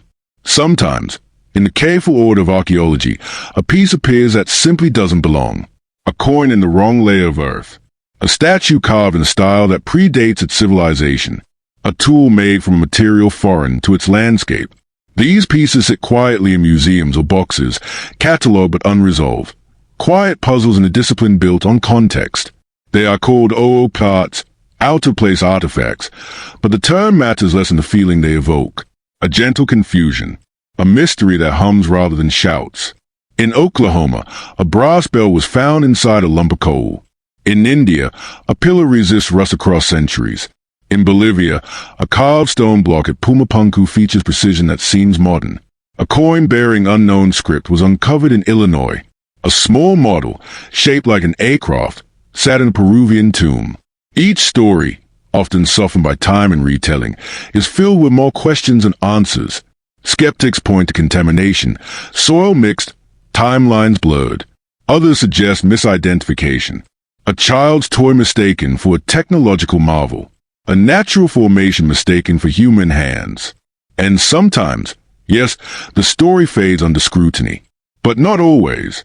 In Mesopotamia, a bachelor-like clay jar was discovered with a copper cylinder and iron rod inside. In Egypt, ancient wall paintings show curious forms that resemble submarines or flying crafts. In Crete, a small disc covered in spiraling glyphs, the Phaistos disc, remains undeciphered, its origin and meaning still open. None of these objects rewrite history. They don't prove lost civilizations or ancient astronauts. But they do something quieter. They ask us to stay open, to hold the past loosely, and allow for wonder. Perhaps these items were trade goods, passed from culture to culture far before written records. Perhaps they are symbolic, their meanings lost but once understood. Perhaps they are misdated, or mishandled. But perhaps, too, they are real, remnants of knowledge that came and went before we could name it.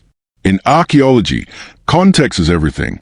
A tool without a layer, a coin without a cache, becomes a floating moment, stripped of its narrative. And yet, even so, it speaks. These out-of-place artifacts are not problems to be solved, but invitations to imagine. They remind us that history, for all its timelines and layers, is not always neat. That people have always traveled, traded, invented, dreamed. Sometimes, a broken object tells a fuller story than a complete one. A single shard hints at a pot we've never seen. A carving in unfamiliar style suggests an artist whose name we'll never know. In those gaps, the mind drifts calmly, curiously. Not everything must be explained. Some mysteries are best left gentle and open, like a path in the forest that leads nowhere, but still offers beauty in the walking. So we walk with these strange pieces. We pick them up, turn them over, and place them gently back. We don't need to force them into the puzzle. It is enough to notice they are there.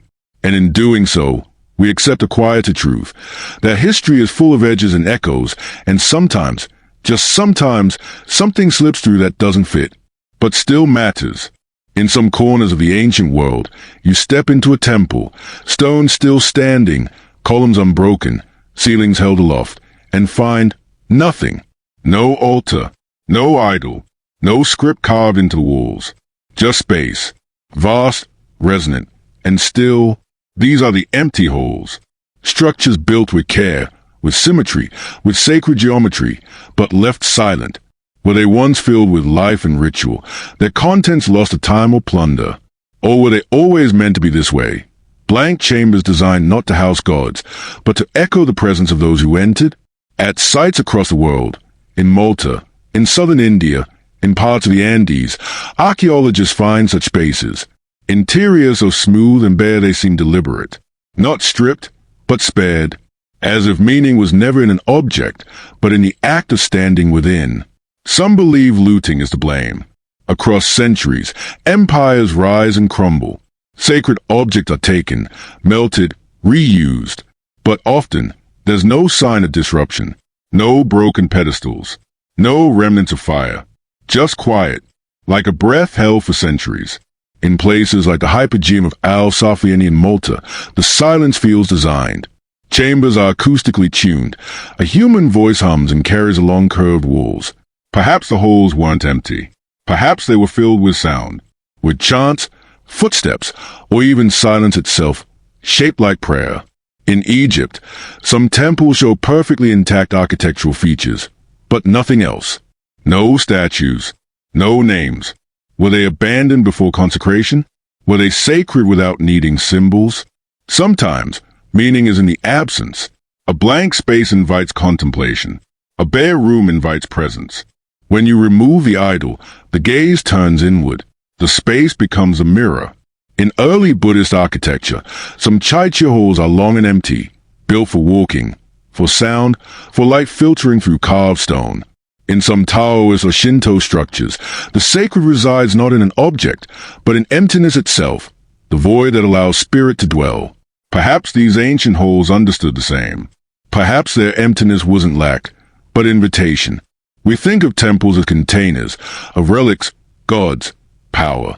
But what if they were thresholds instead? Places where people pause between the noise of life and the mystery of something more? Not to see, but to feel. Some have niches in the walls, long empty. Some have platforms that seem to wait.